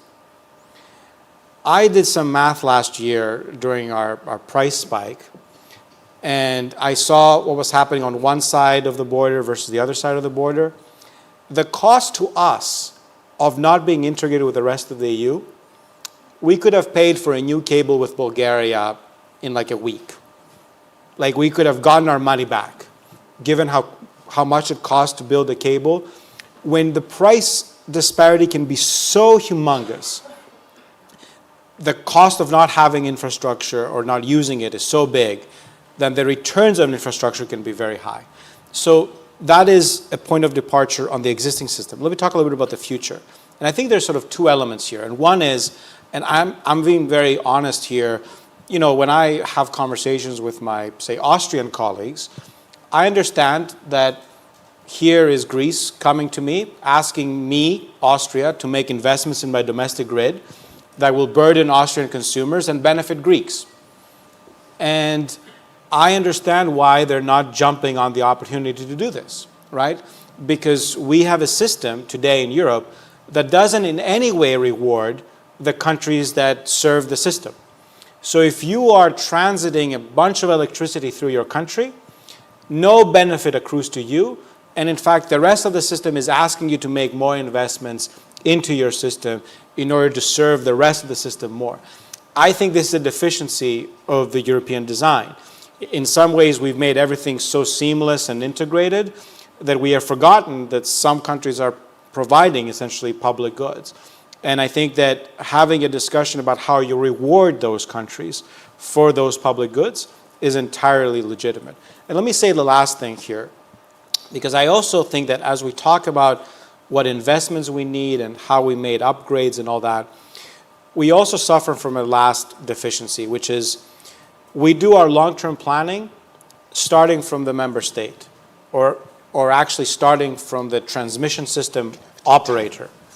So we start from what does each country want, and then we try to reconcile and stitch the 27 plans together, right? So you end up with a really weird image. Instead, you should begin from what are the resource endowments of Europe, what does it make sense to do, and how do you build the system that can leverage those resource endowments. We're not quite there yet, because if you do that, you know, you give up a lot of power and leverage, and that's a discussion to be had about how much and how quickly. But the reality is that as long as you plan the system, 27 individual countries, each trying to do their own thing, then you're going to have a suboptimal system, no doubt about it. So we have to think about how do we transition the system that we have to the system we want, leveraging the true sort of natural endowments. And what I mean here very simply is, I don't really know the answer to the question yet.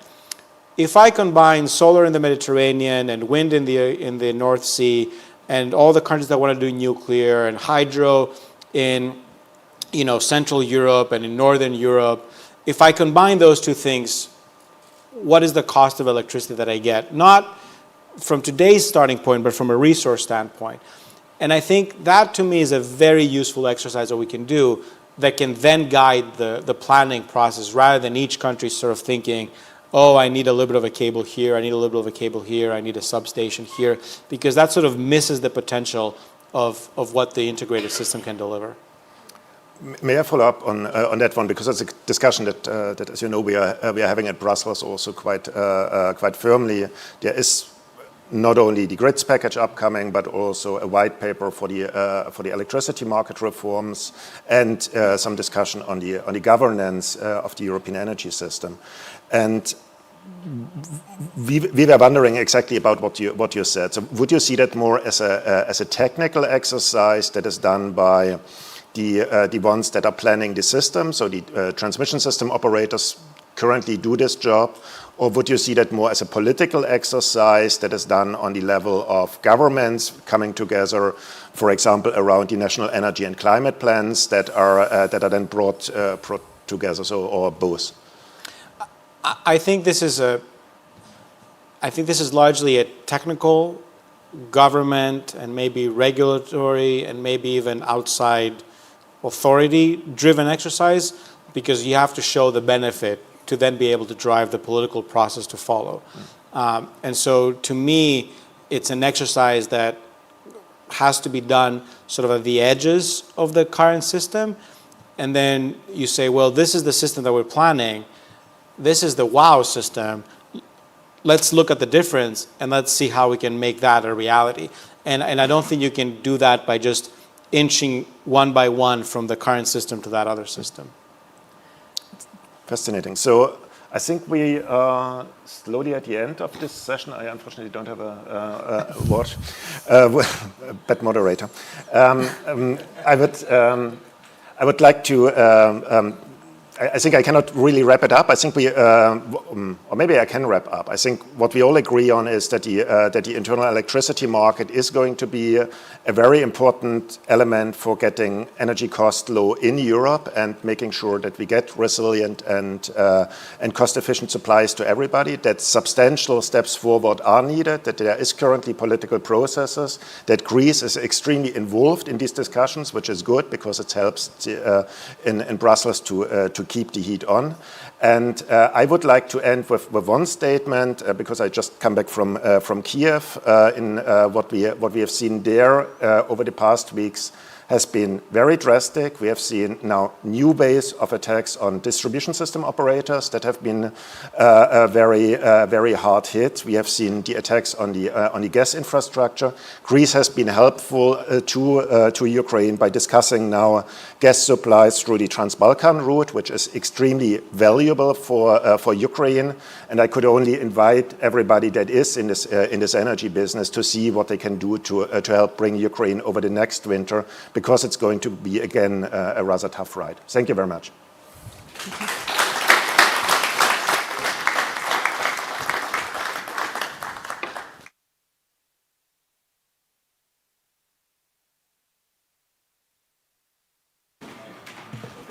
Thank you very much. We have a short coffee break and we'll be back in 15 minutes. Thank you.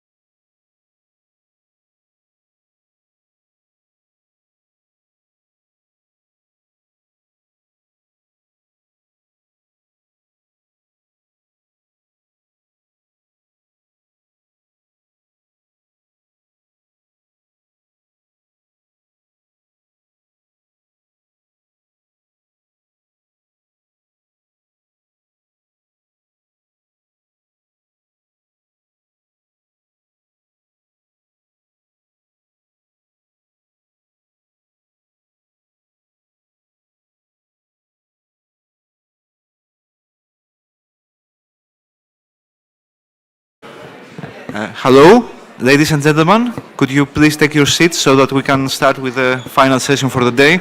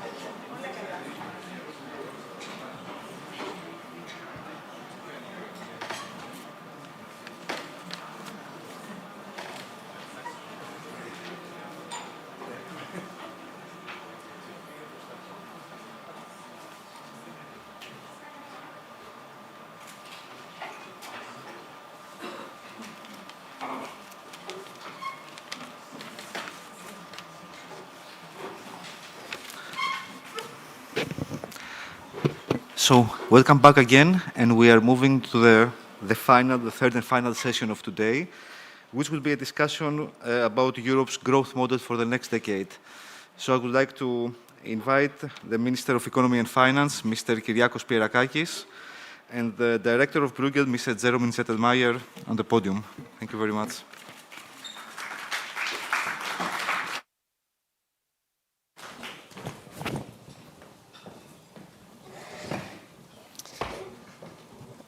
Minister, thank you so much for making the time. I already said at the beginning of this event how delighted we are to celebrate here.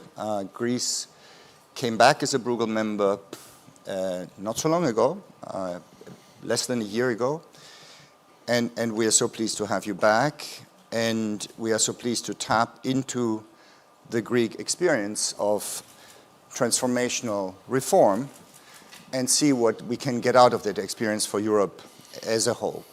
Before I get into questions, let me very briefly introduce you. I know it's sort of funny to introduce you in your own country, but there are people online that may not know you as well.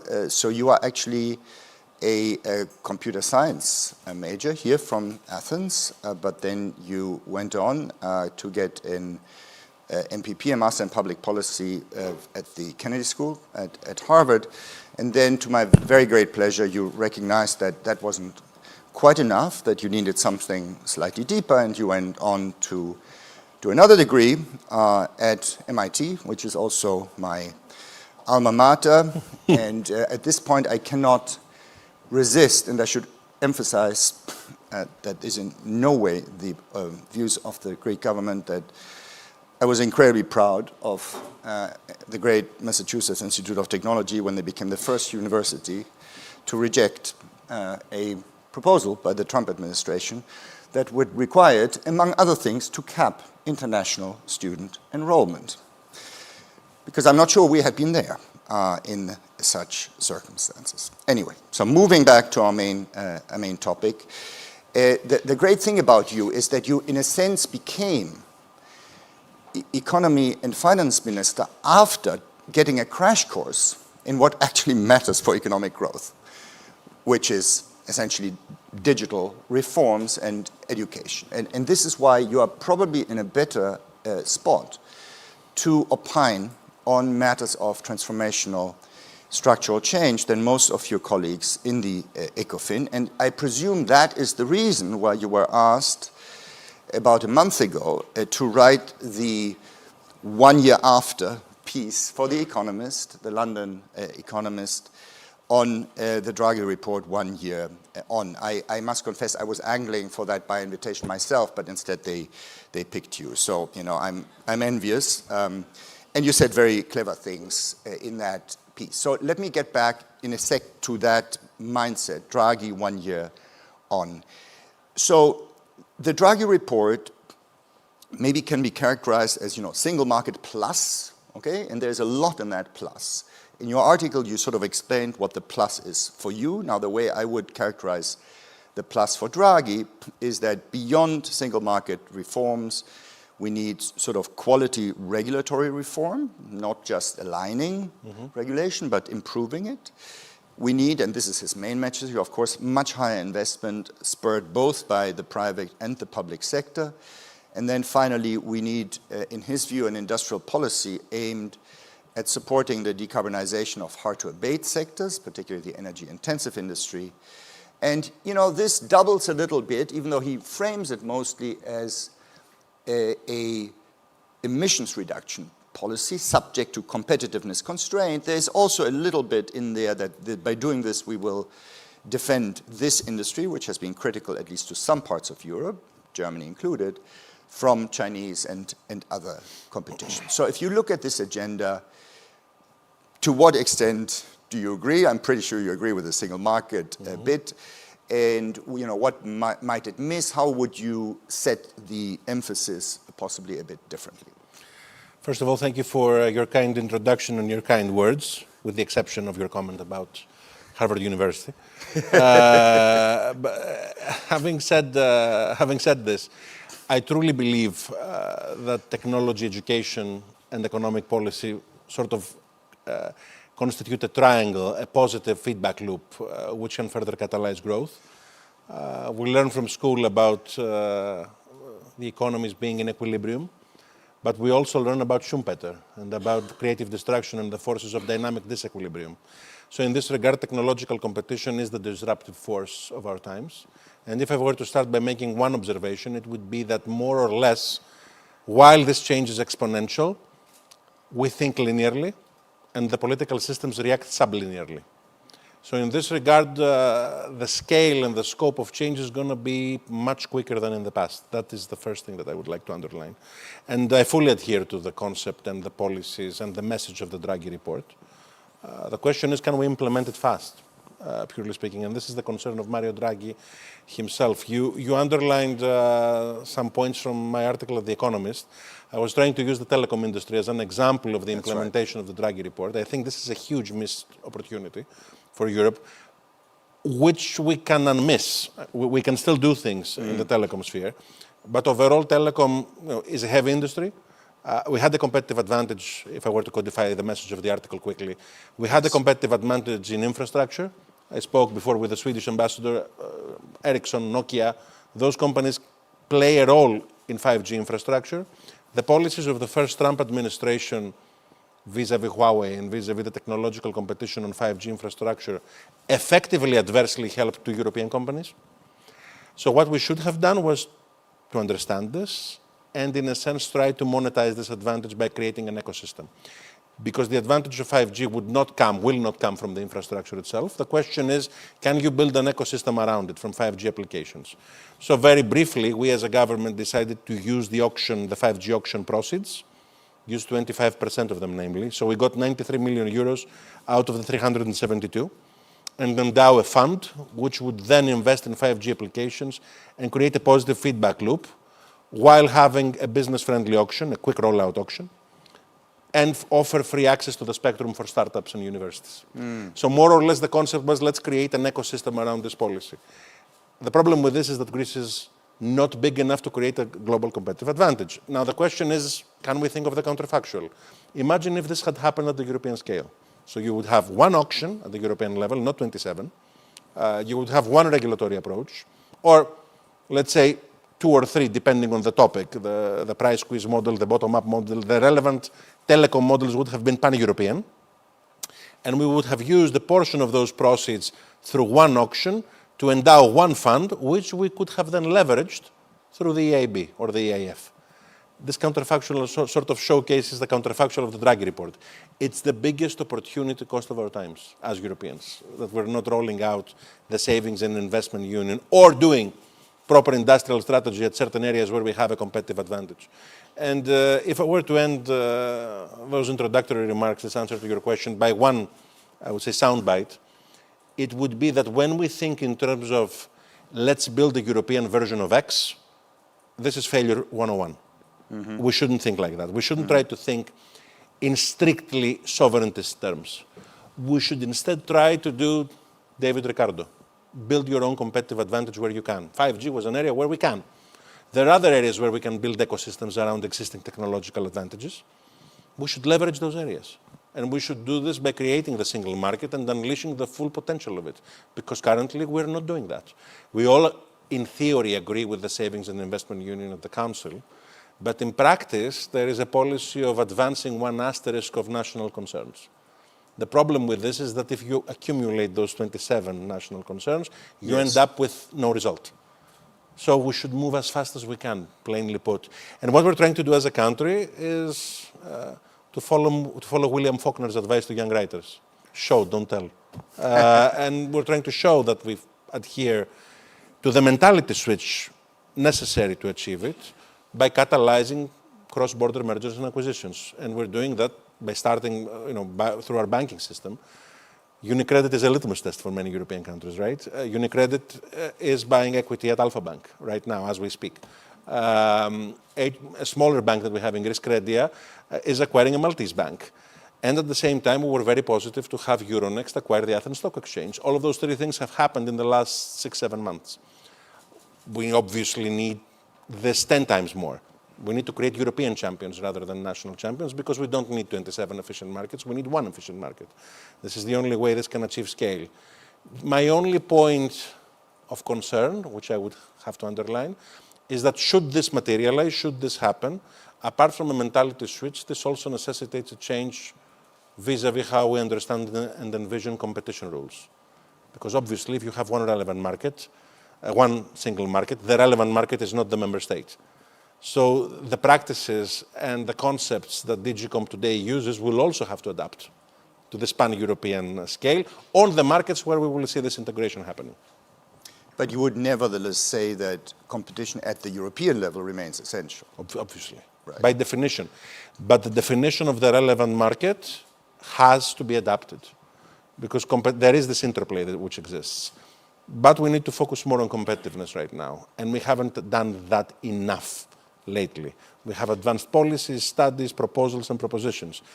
But obviously, we need more cross-border M&As. I am very optimistic about the policy side of things, because currently the Commission is doing its job quite well, or advancing those policies. On specifically cross-border the Capital Markets Union, yes. The Banking Union, what jointly constitutes the Savings and Investment Union, the proposal is there.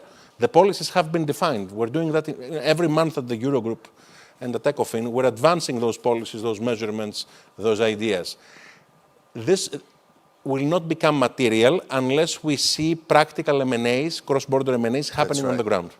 So that will be the litmus test rather than the institutional design itself. When we look at the Draghi report recommendations, I can see three things that might get in the way of the type of implementation that you have in mind. The first is fiscal constraints, particularly on the public investment side, particularly in an environment where we are trying to manage down national debts, and most countries in the EU do not benefit from Greece's very favorable starting position with respect to your primary surpluses, right? So the crisis basically put you into a better place than virtually any other countries because you have done the fiscal adjustment. It's no longer ahead of you. The second issue is that, as you know better than me, single market is difficult because you need to coordinate on a common standard, which sometimes requires giving up on national legal traditions and giving up on national control. So there's the classic trade-off between efficiency and a narrow vision of what is good for your country. And then the third, and the one that I'm most uncomfortable with, is to what extent we should be moving away from an internationally open paradigm because we are faced with a much more nationalist international environment, and that was true when it came to China. It is now true when it comes to the United States. To what extent are you worried about the same three things, and how would you navigate them? And generally, do you see particularly the national interest getting in the way of the common European interest as being a significant force for blocking the implementation of these ideas, notwithstanding that a lot of enthusiasm has been, formulated by many about the Draghi report? Or do you think, national authorities are getting it and essentially moving in the right direction?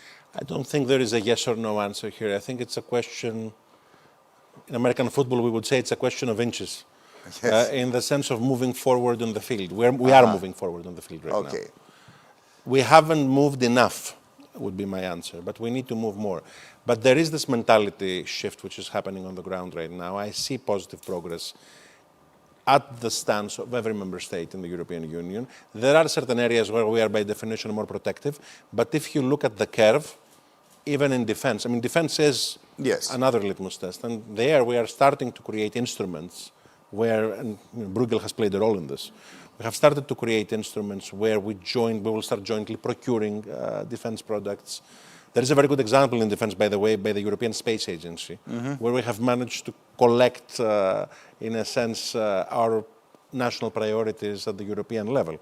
And there we needed the scope and the scale and the speed to move as fast as we could to sort of pool resources and capabilities. And in space we have managed. There are many examples where we have managed. We need to learn from those examples and just move faster. In defense, this happened because what the European Union has traditionally done was to metabolize crisis into policies. And there were certain areas where we moved belatedly. There were certain areas where we were more anticipatory.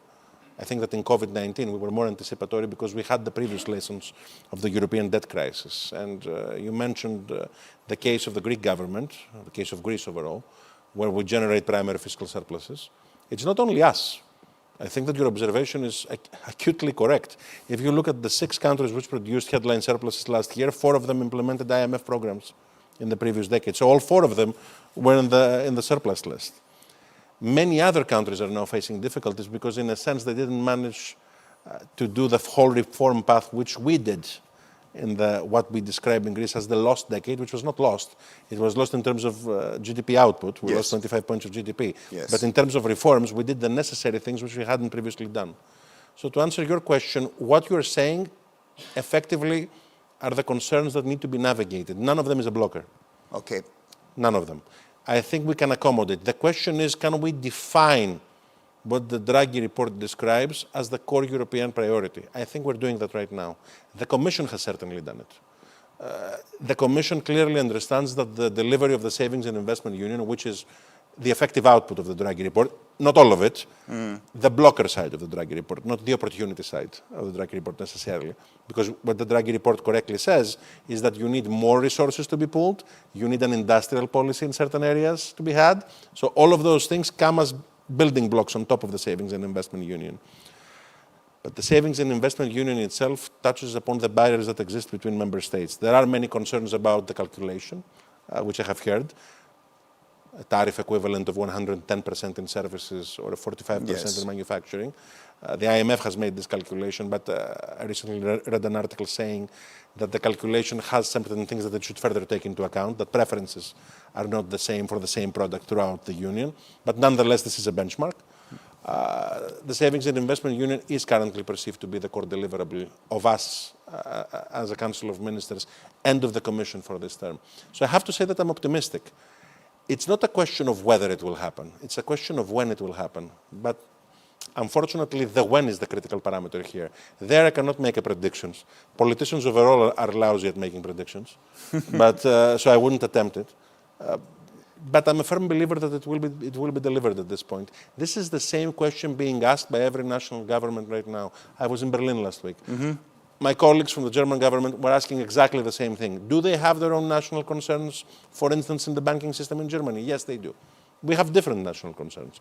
But more or less, we all now understand, we're all now cognizant of the fact that we need to move forward on this topic. And the types of cross-border M&As that you will see, I think, should be your KPI with regards to whether or not this project is being delivered or not. In Greece, our experience is positive from them. This is the message that I'm trying to deliver at the European level. I mentioned telecom before, and I'll close with that. The fact that Deutsche Telekom came to Greece and acquired our national telecom operator in the previous decade was one of the most beneficial and positive things that had happened at that sphere. We didn't need a national telecom champion. We needed to be part of a broader European champion.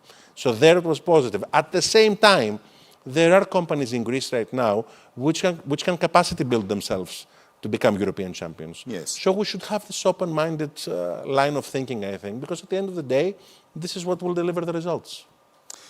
I have a slightly wonky question. So you emphasized a lot the notion that a spectrum auction can generate resources that you can, in a sense, invest back into the sector. And so the interesting idea is here that, you know, at an abstract level, this is a way of overcoming fiscal constraints, because what you are effectively doing is you are allowing the state to catch part of the upside of private sector profits from making an important investment, and thereby you finance the investment, right? So then investments, public investment, become self-financing.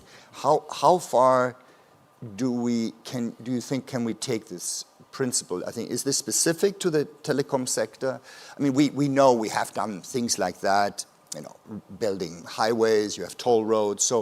But is this a broader idea of how we can get around the lack of a central fiscal capacity and the fact that, you know, the individual fiscal constraints are very different? The idea is not novel. Yes. Our management of the idea was novel. The application of the idea in the telecom sector per se was novel, because it stemmed from the observation that the application layer of 5G would bring the additional growth. Yes. In the Greek case, there was an additional novelty. We had to negotiate how we would be handling those funds, because they were appropriated to the servicing of the Greek debt. So we decided to create this fund in the context of our growth fund, which was originally created in the difficult years to service our debt partially. So we negotiated with the ESM. We were delighted that the ESM had this broad-minded understanding of the fact that growth can generate more things than a static approach on this. Yes. We plan to leverage this understanding further in the future. But overall, I think we can be innovative, especially if you have put your fiscal house in order. And if you have credibility on the ground, then this credibility can build up. By the way, Commissioner Serafin is in Athens today. What the European Commission has done with developing new own resources for the European budget showcases that we can be fiscally innovative when we want to. The question is, what do we target? I think that the most difficult discussion is not the fiscal discussion in the questions that you asked. It's the industrial policy discussion. Who do we pick, when and why? Because traditionally, especially those of us that come from a more liberal camp, tacitly do not want to play this role. Yes. We believe that market forces should be playing this role.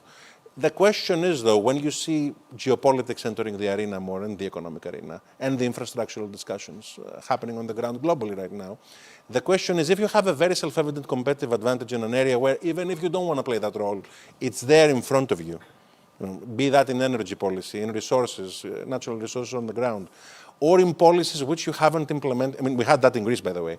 In my two previous portfolios, I had this duality.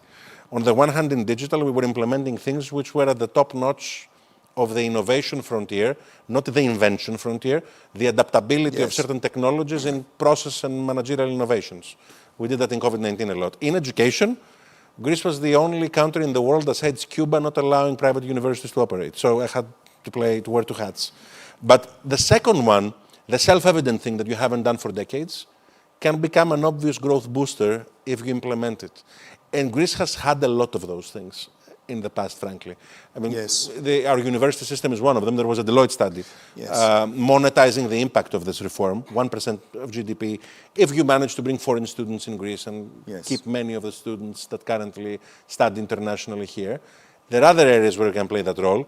But frankly, Europe can do that more systematically and in a more targeted manner, especially in those areas which lie at the technological frontier. And we have those players in Europe that we can do that, be that in microchips or in telecom infrastructural equipment or 10 or 15 other things. They are technologies where we sit at the technology frontier. And those are the areas which you need to capacity build, rather than thinking, oh, let's build a European LLM because we don't have that in that area, or let's try to catch up. I mean, so I completely agree, but I'm also worried that this is not how industrial policy is seen in Brussels and in my own country, where it is seen mainly in a defensive way. So I think you are indeed in a very privileged situation in Greece in being forced by history to take a forward-looking approach to what the country can do, rather than defending what the country has been good at in the past. I'm afraid I come from a country where exactly the reverse is the case. And then I'm really concerned that industrial policy will be used primarily to defend incumbents without necessarily testing whether this is a defense that is in line with needed structural change and adaptation. And so if I look at the way the state aid rules have now been recast in the context of the so-called clean industrial deal, what I see there is a lot of defensiveness, basically a permissive approach to state aid that is mostly about defending energy-intensive industry from Chinese competition and from countries where we will have structurally lower costs. Here you are in a lucky position because you are in the most endowed part of Europe with respect to renewables. But so I'm a little concerned that, you know, the Greek approach will be difficult to translate. What advice do you have for countries like my own, Germany, of, you know, how not to fall into the incumbency trap? I have to say that as I mentioned, I was last week in Berlin, so we had the dinner with my colleagues from the German government. I was one of the participants at the dinner, and amongst a group of 40, let's say, most of us being ministers, a brilliant German colleague of mine asked the question, what's the advice for Germany right now? And I had to say that the irony of the question being addressed to the Greek Minister of Finance does not evade me. But on the other hand, I would also add that hubris is a Greek word as well. Indeed. So we should be quite careful about how we treat our analysis of what's happening at the macroeconomy, because those things can change very swiftly. I would also add that what Tip O'Neill said about American politics is right. All politics is local. So internationally, Greece is a success story because we got our fiscal house in order and because we achieved a humongous digital transformation of our economy and our country in a very brief period of time. At the same time, challenges remain. We're growing by 2.4%. Is this high? For European standards, it's quite high. For rebound standards and for the expectation of the Greek people vis-a-vis how they metabolize this change in the budget of every Greek family, we need to move faster. This is what they ask from the Prime Minister. This is what they ask from us. This needs to be translated at the income of every single family in Greece. So for us, the KPI would be, in a rebound mode, how to make this 2.4% 3%, even higher. And how do you do that, especially when you have a negative headwind in the international economy? How do you produce the positive tailwind to achieve this? And for us, there are the self-evident things that we can do. I mentioned university reform before. There are 10 such things where we can do a quasi-industrial policy domestically to push them by requisite legislation. But at the same time, should we not deliver the pan-European vision of the Draghi report quickly to achieve the productivity gains, to achieve the cross-border benefits, to remove the cross-border barriers, to remove the domestic barriers, and to push those economies forward, we will plainly not make it at the European level. The traditional thinking with regards to Europe, the US, and China was this generic axiom that America innovates, China emulates, and Europe regulates. This doesn't hold anymore, A. B, unless we innovate, we cannot regulate ourselves out of it. So I wouldn't necessarily have advice towards any government. I'm trying to do policies for my own. Plus, every advice should be context relevant. I think what the Merz administration, what the current government in Germany has done by creating a digital ministry, by the way, I think it can be huge for the German economy because it can remove a ton of barriers that currently exist domestically, and it can be an extremely popular thing. If you look at Tony Blair's book on leadership, Tony Blair has a couple of chapters on his book with regards to how digital policies can produce phenomenal political dividends and phenomenal productivity dividends for a government, because most reforms typically need to plant the seed at the beginning of your 4-year or 5-year term, and you might see the benefit in 5 years or in 6 years. But he says you have one exception, digital policies. Remove barriers, remove administrative burdens, create a state that operates better and offers better services to citizens.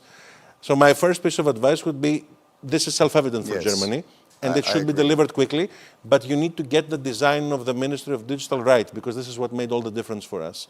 It's not to have a ministry that has the title digital in front of it, it's to produce those types of services and benefits quickly, because at the end of the day, if there is one lesson that I learned from my tenure at that ministry, is that first, digital is not about digital, it's about the design of public services. Because countries and governments have never designed their services, those services have occurred. And the second one is that in the 21st century, you typically have an economist in the room and a lawyer in the room designing the policies, unless you have someone who understands technology in the room too. Your policies are not designed for the century. Got it. Thank you very much. You managed to really pull it off in the sense that you, I think, both hit on the relevant issues and constraints and managed to be optimistic. And that is a feat which I've not encountered in the last 6 to 9 months. So thank you. Thank you very much, Minister. Thank you. Lovely. Thank you so much. That's great.